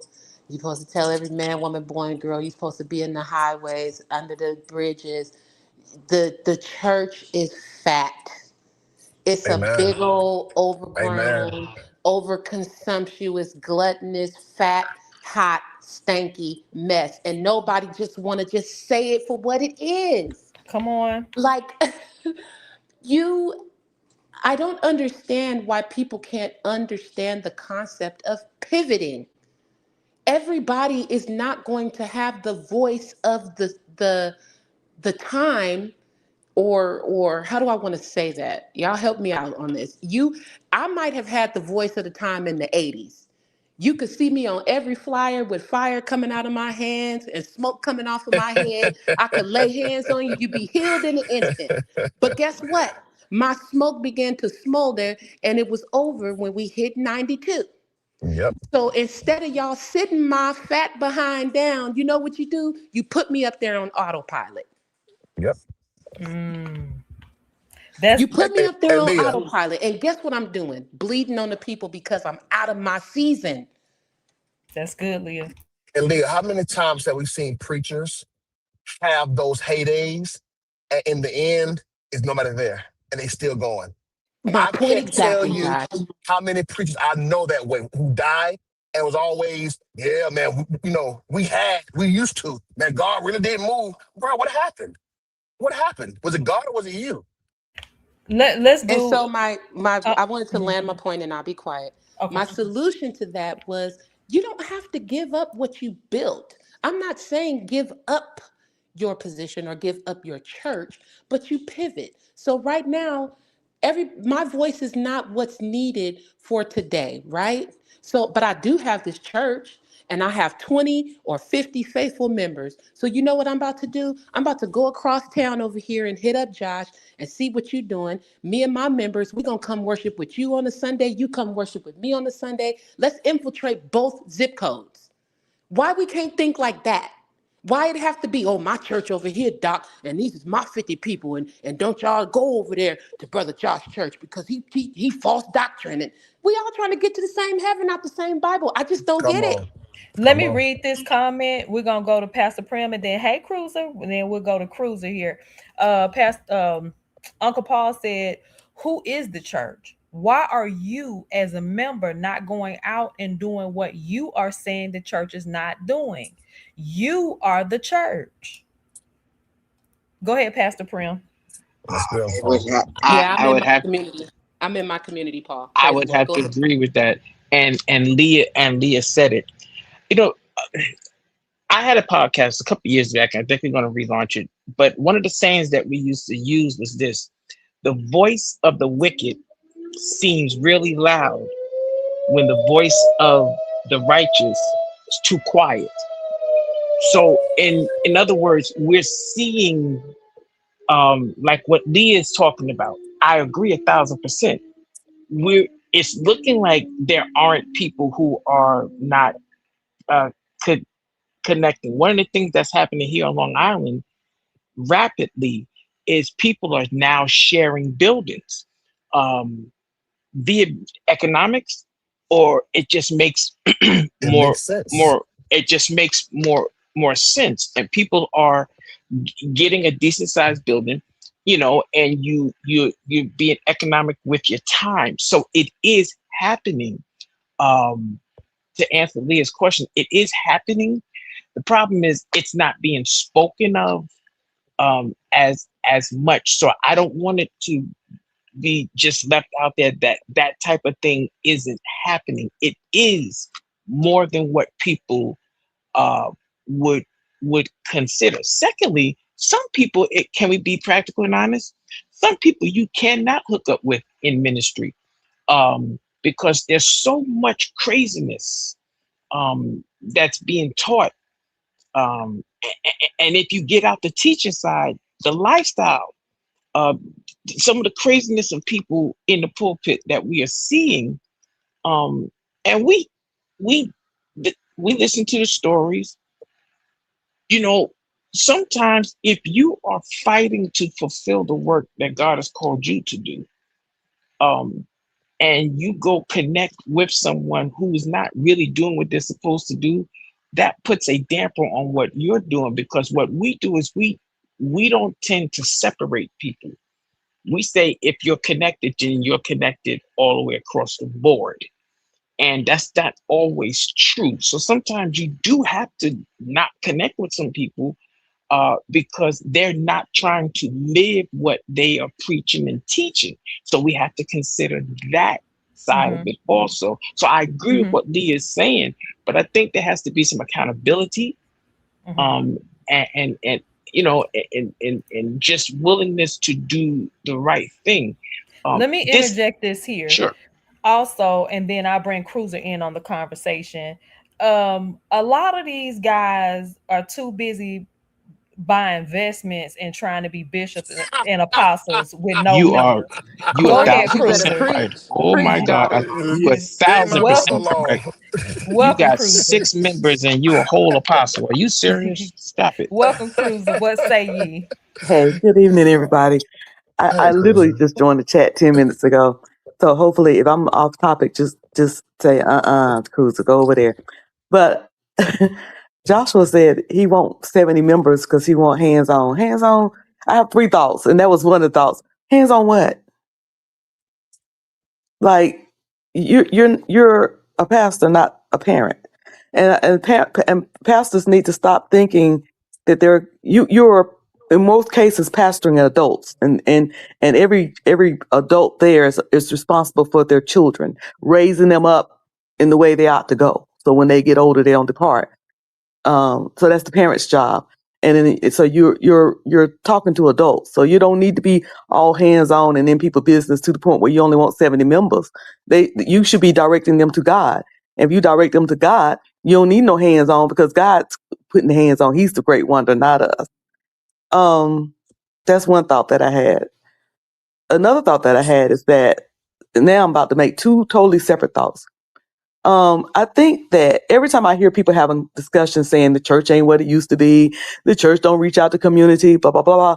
I'm thinking, where are these people going to church at? Or what churches are they picking? Every state that I have moved to, and we used to PCS a whole lot. Military, that's, getting orders to go from places. So much that all my children were born in different states. And every single place we went, we found a church that served the community. And I'm wondering why nobody else can.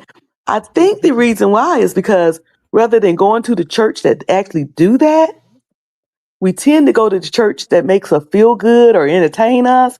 And then we try to change it to that church that we think the church ought to be, rather than going to the church that is what it ought to be, if that makes sense. Yes. My other thought is this, Oh, I'm which is sorry. a I totally apologize. different thought. When you go to hospitals, every hospital ain't the same. They don't do the same thing. You have general hospitals that have emergency services, and then it's a general hospital.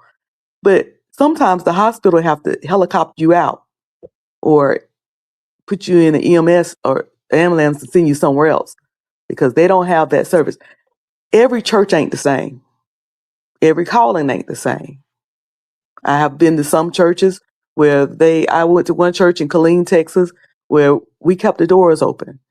What was going on in the outside and make sure that the people on the outside on that street knew that we were there for them was more important than preaching. It was a deliverance church. I've gone to churches. The church I go to now, you got everything in there. You got we do dental work, outreach dental work 3 times a year. Check your vitals and physicals 3 times a year. The politicians run through there and register to vote. Sickle cell anemia. Everything runs through that church, and we have adopted the schools in the city for testing and making sure they have all the supplies and materials they need. And you name it. It happens at this church, but this church has been established and is grown to be able to do that. Every church ain't the same, and you have to find where you're called to be and go there. Because we're complaining about church a whole lot, and somebody hit it on the head. Why is it the pastor's responsibility to be doing all of this? Ain't all of us supposed to be called to the ministry of reconciliation? Everybody. That's I good. agree. I have May I to agree. respond, Courtney? Yeah, go ahead. So I like the last point, Cruz. And to your first point, I'm not sure why hands-on automatically went to controlling. I don't care what you do with your life, honestly. Um, what I meant by hands-on is if I am in, let's say I'm in mid-city New Orleans, then if the people would need me or need my leadership or my oversight on some things, I can't be as focused and as effective if I'm spread too thin. And then in the Black community in particular, we don't have the benefit of having 2-parent homes.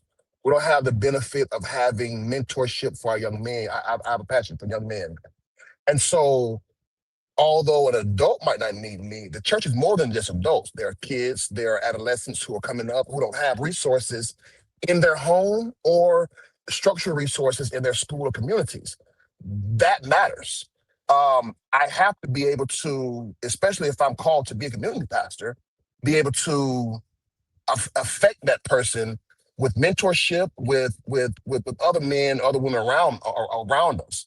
And then lastly, in a political, now I'm not very much a political pastor, but in these very dubious political times, you have to be involved in the Black community, especially politically with your church, because they are, as well as you, are being hammered by a lot of these state agendas. And so it takes you to be more than just in a pulpit. You have to be at city council. You have to be at the school board meetings. You have to be at the district meetings because those are your people, and what affects them should affect you. So that's what I meant by hands-on. And I want to respond to. Okay. Go ahead, Leah, then Pastor Prim. Mm-hmm. So I know in my statement, I never said that there weren't any churches, because there are a lot of churches that are able to handle their mega ministry and they're using it responsibly. But the fact of the matter is, those are the exception. They are not the rule. We have more churches and liquor stores in our communities that Talk are run there. down than we do the churches that you're talking about, Ms. Cruiser. This is my first time talking to you, so I come respectfully. And the fact of the matter is when your boots on the ground and you're out there in the community and you're seeing young men and young women where they live across the street from the church, they go to the church more than the church actually comes to them. The church has no resources for them that is in their community, but they're asked to give their tithes and they're asked to give offerings. They're asked to come to musicals. They're asked to come to this and all these functions that are within the 4 walls, but nothing coming out of the 4 walls is what I'm speaking to. I'm not speaking to the ministries that are doing that because they're doing what they're supposed to. But at the end of the day, we have more clowns out here being represented than we do the one percenters, as I will say in this case. And Pastor Prim, you hit the nail on the head. I agree with you 100%. They're not being talked about enough. I'm not podcasting anymore, so I don't shine lights like I used to. But I am getting out here a lot more, and the more I see it, the more depressed I get, because you don't have to have every church as a politically driven mission, but every church should be evangelizing. Every church should be out here to win and save souls. And every church that is open right now is just a building functioning. Most of the churches, if you go look at your statistics in your own community, you can do the numbers yourself. These churches don't even have more than 20, 30 members apiece. So all I'm saying is, if you felt like you were called to pastor, that's cool. Nobody's knocking you for being a pastor. I don't even really care about the pastor per se, but we put so much power in the pastor's hands. These pastors are not humble enough to say, hey, I have 20, 30 members, you have 20, 30 members, whatever the case may be, let's link up and take over this zip code. It can be done because it's being done. But everybody's not a mega ministry. But at the end of the day, we could still be a mega ministry if we pull together. But I just don't see it happening. So that's what I'm speaking to in specific. Go ahead, Pastor And Prim. and Leah, thank you. But I think the word we have to look at is impact and effectiveness. Put that on, just tack that on the wall. And we also got to take into consideration that, like Cruiser says, every church mission is not the same. I made mention of Bishop Frank White, Zion Cathedral. That church ministry, their grounding work is education. Like, it's common for out of that church every year to get somebody graduating to be an attorney, like graduating as an attorney or as a doctor. Their thing is education. They have 2 buildings that's doing like the stem cell research type thing. They bought a house that's set up strictly for a computer lab and building computers and robots, but that's their mission. Other churches around that area, their mission is something different. Let me say this.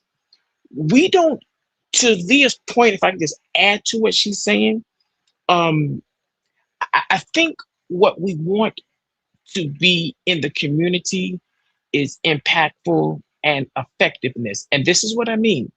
If it's not your calling, Pastor, to be on the political front, don't be on the political front, but back that leader who is.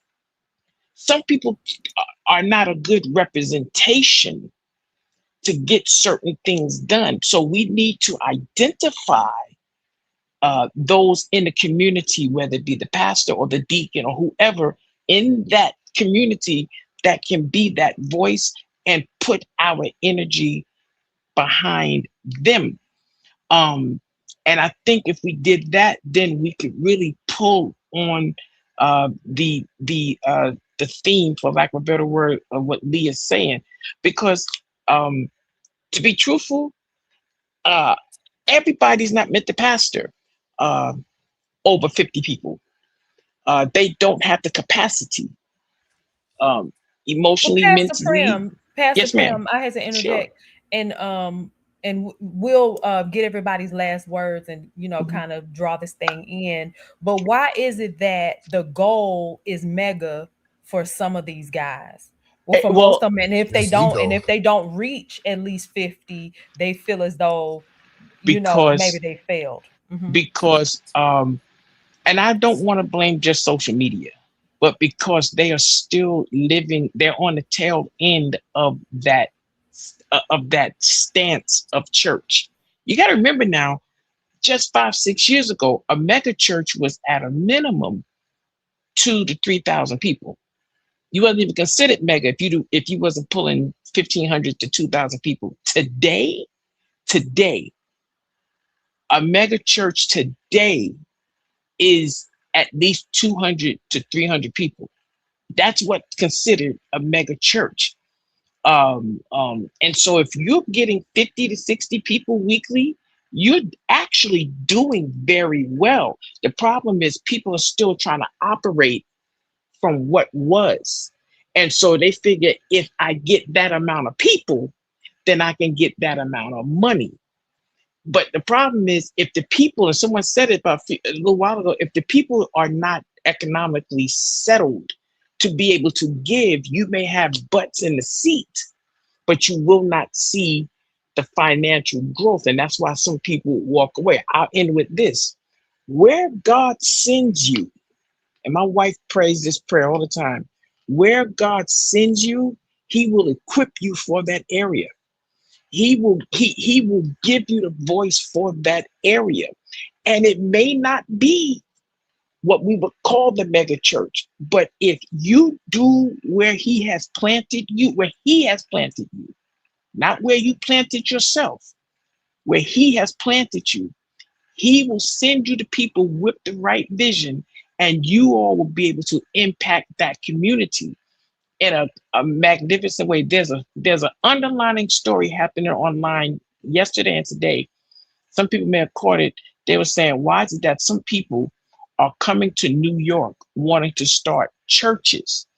And the reason they're doing it is because they're looking at the churches like the Times Square Church and those mega churches, Brooklyn Tab and all that. And they're looking at that model saying, well, if I can get there, then I can do what that pastor did. They're not considering that those churches were started 25, 30 years ago. So it was a different mindset. You're not going to get that right now. It's just not going to happen. Dr. Matthew Stevenson started his church, the New York church. They did well. They did well when he first came. But they swole.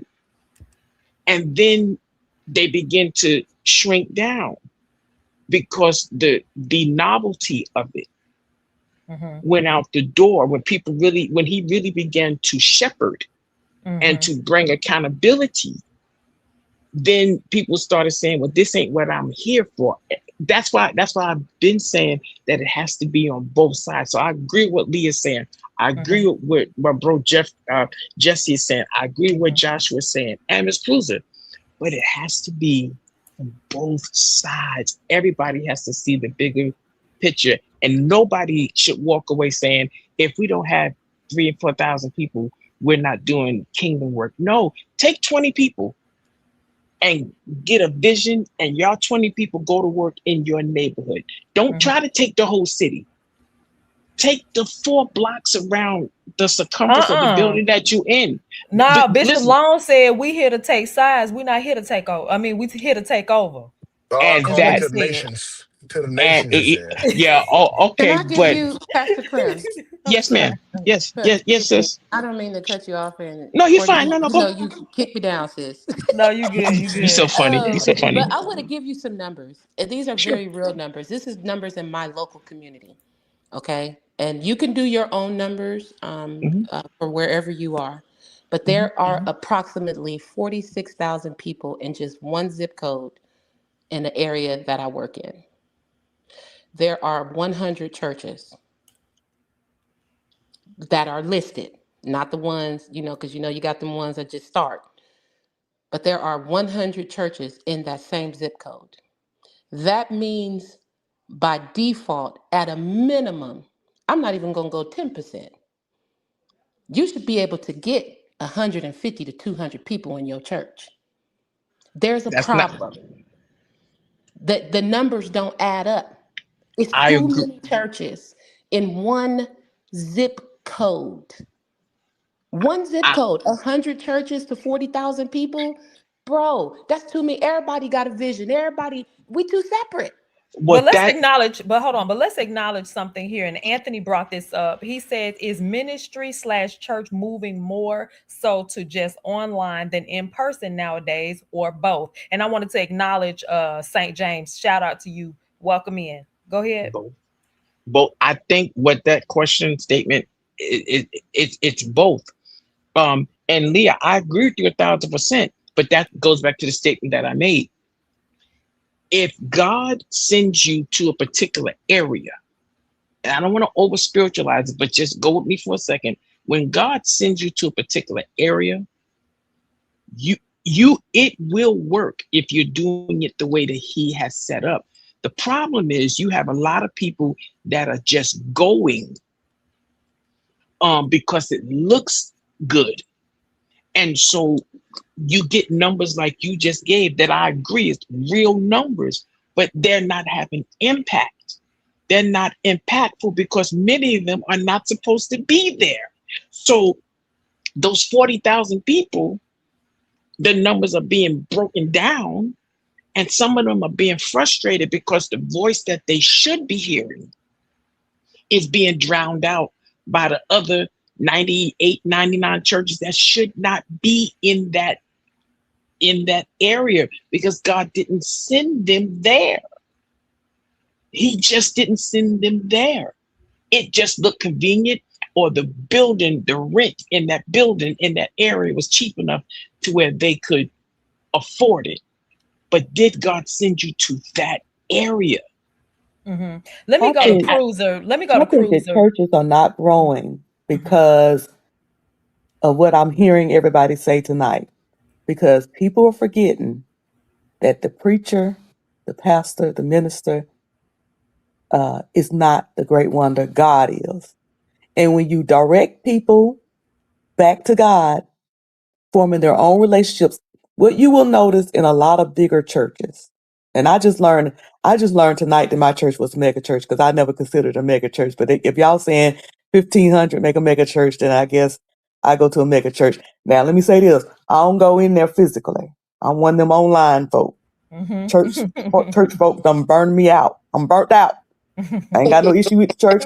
I ain't got no church hurt. I'm just tired. That part, I feel Burnt you. Come out. on. But I want to say Facts. this. I think that the bigger churches, because I used to go to the smaller churches, but since I have been going to the bigger churches, what I have noticed is that the pastors are not the hands-on people. They are people that's pouring into their people, and then the people are growing, and then everybody's self-sufficient. And guess what? Those people are able to go out and get other folks and bring them in.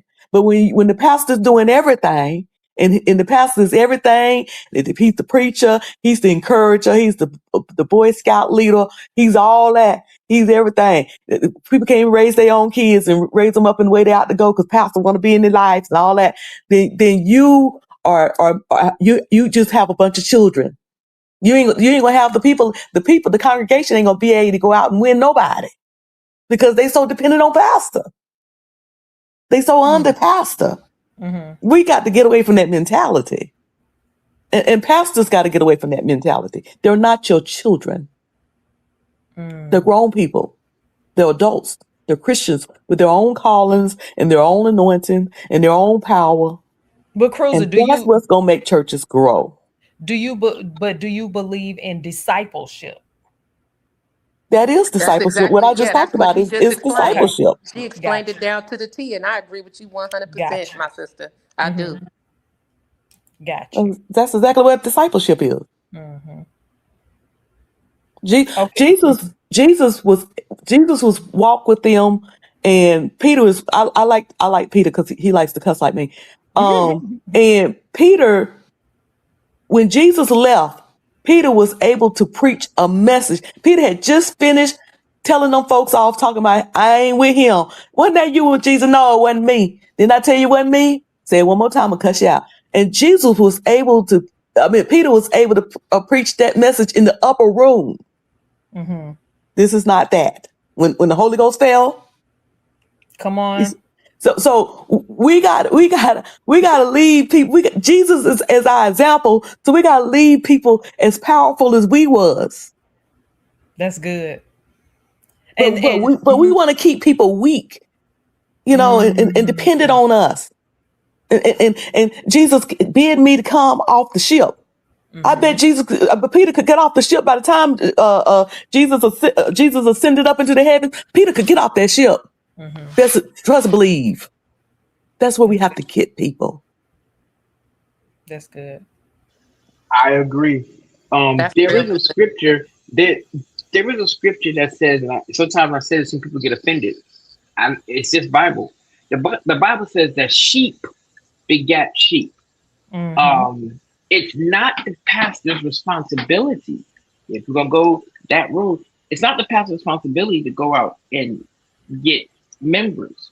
It's the sheep's responsibility to take the teaching, the discipleship, go out and make disciples, bring them in, and then the pastor teaches them. The church makes more disciples so that they can go out, not build a cult, but to impact the community, not to just come jump and shout, but and this is where, like Joshua said earlier, this is where the vision has to be in place, because a lot of times our churches aren't growing because we don't have nothing.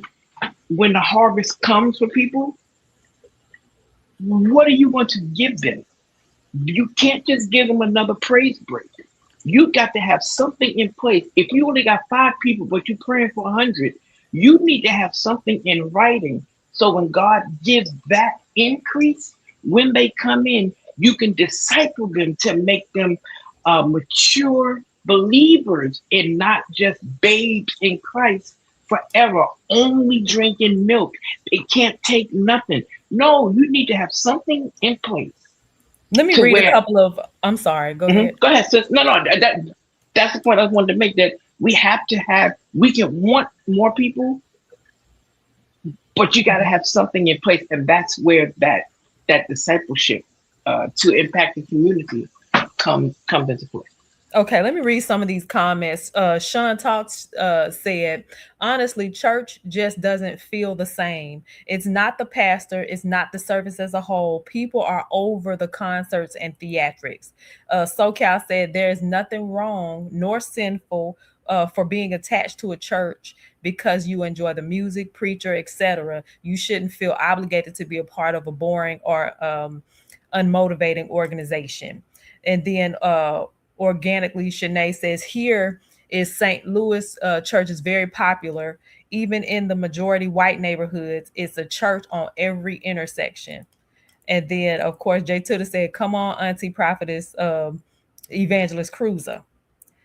SoCal said to Shanae, come to the north suburbs of Atlanta, Georgia. There's a mega church on every block. Some don't even have social media pages. Any last words? We'll start with Josh, and then we'll go to Leah, then we'll go to Cruiser, and then Pastor Prim.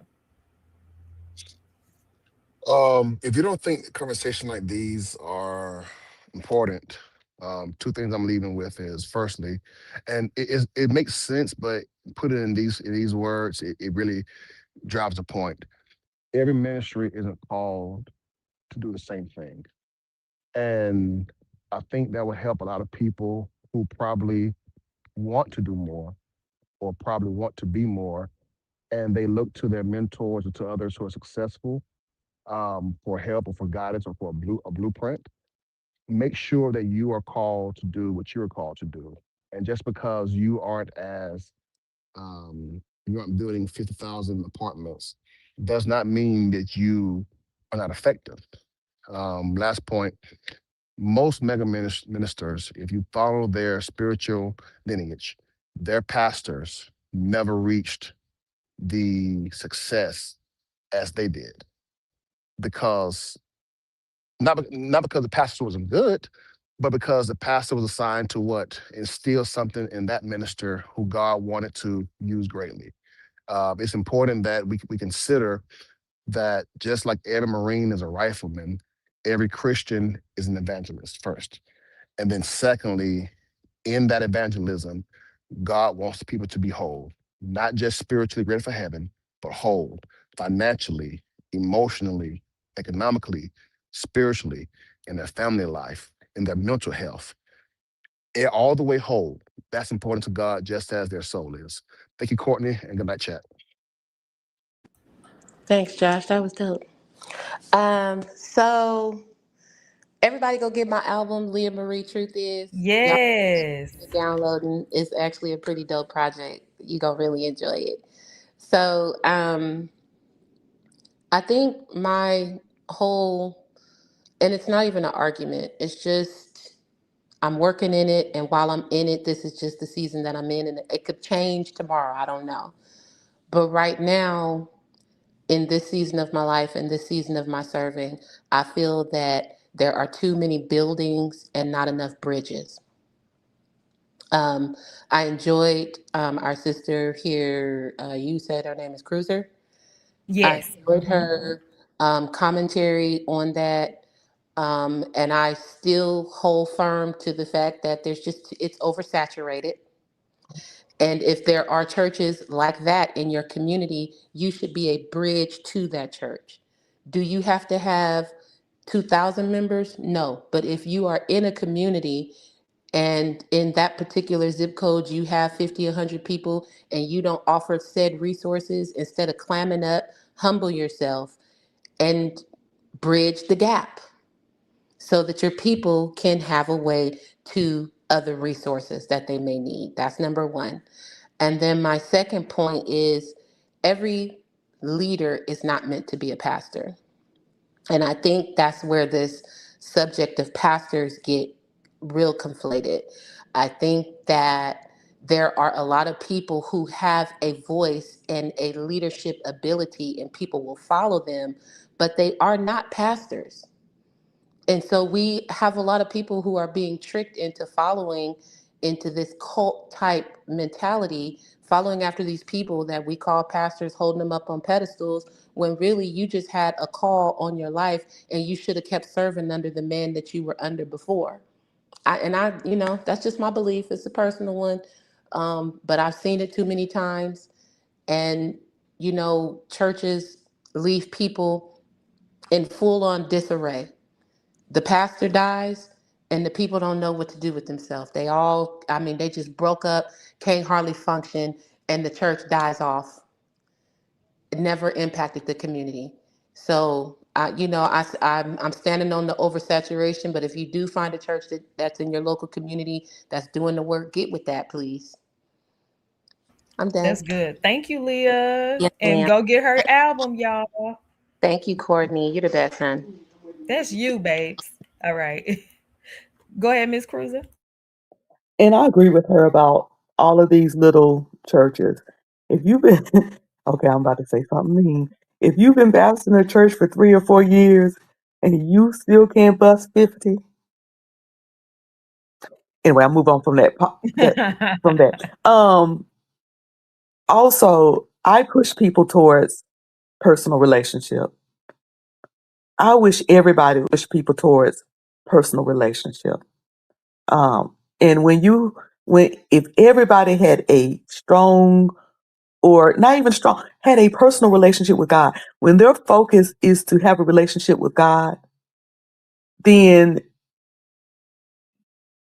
everybody be in the right place. Everybody be doing what they're supposed to do. You won't have to worry about people going to the wrong church, because they're being directed by God. But I think that we've gotten to the point where church is so trendy. And I understand what the people in the chat say. I don't want to go to a church where I'm struggling with the music, struggling with being bored. But we don't want to get so fleshly, because I think that's why people getting caught up with the wrong churches, because they're wanting their flesh to be satisfied, and they want to be entertained so much that they're in the wrong place. And then when they realize they're in the wrong place, instead of getting in the right place, they try to change the church rather than them changing themselves. That's good, Cruiser. Personal relationship is so very important. I can't stress that enough. When you have a personal relationship with God, and if you are a pastor and you have a congregation that have a personal relationship with God, everybody's going to be in their right place. And I ain't saying that everybody's going to be perfect. Because the thing about having a personal relationship with God, what my issues is that my issues are not the same as Courtney's issues.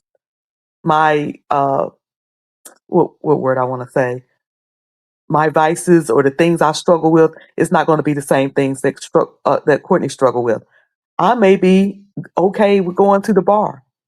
Courtney may not be able to go to the bar. is also very different and personal. I'm gonna use this example and get on down here. I have 3 children, and all my children have different needs. I love them all equally, but not the same, because they don't have the same needs from me. But that's how we are as children of God. We're so very different, with different needs, different struggles, different wants, different callings. So that's why I stress personal relationships so very much. And then we won't get caught up with trendy churches trying to be like so and so.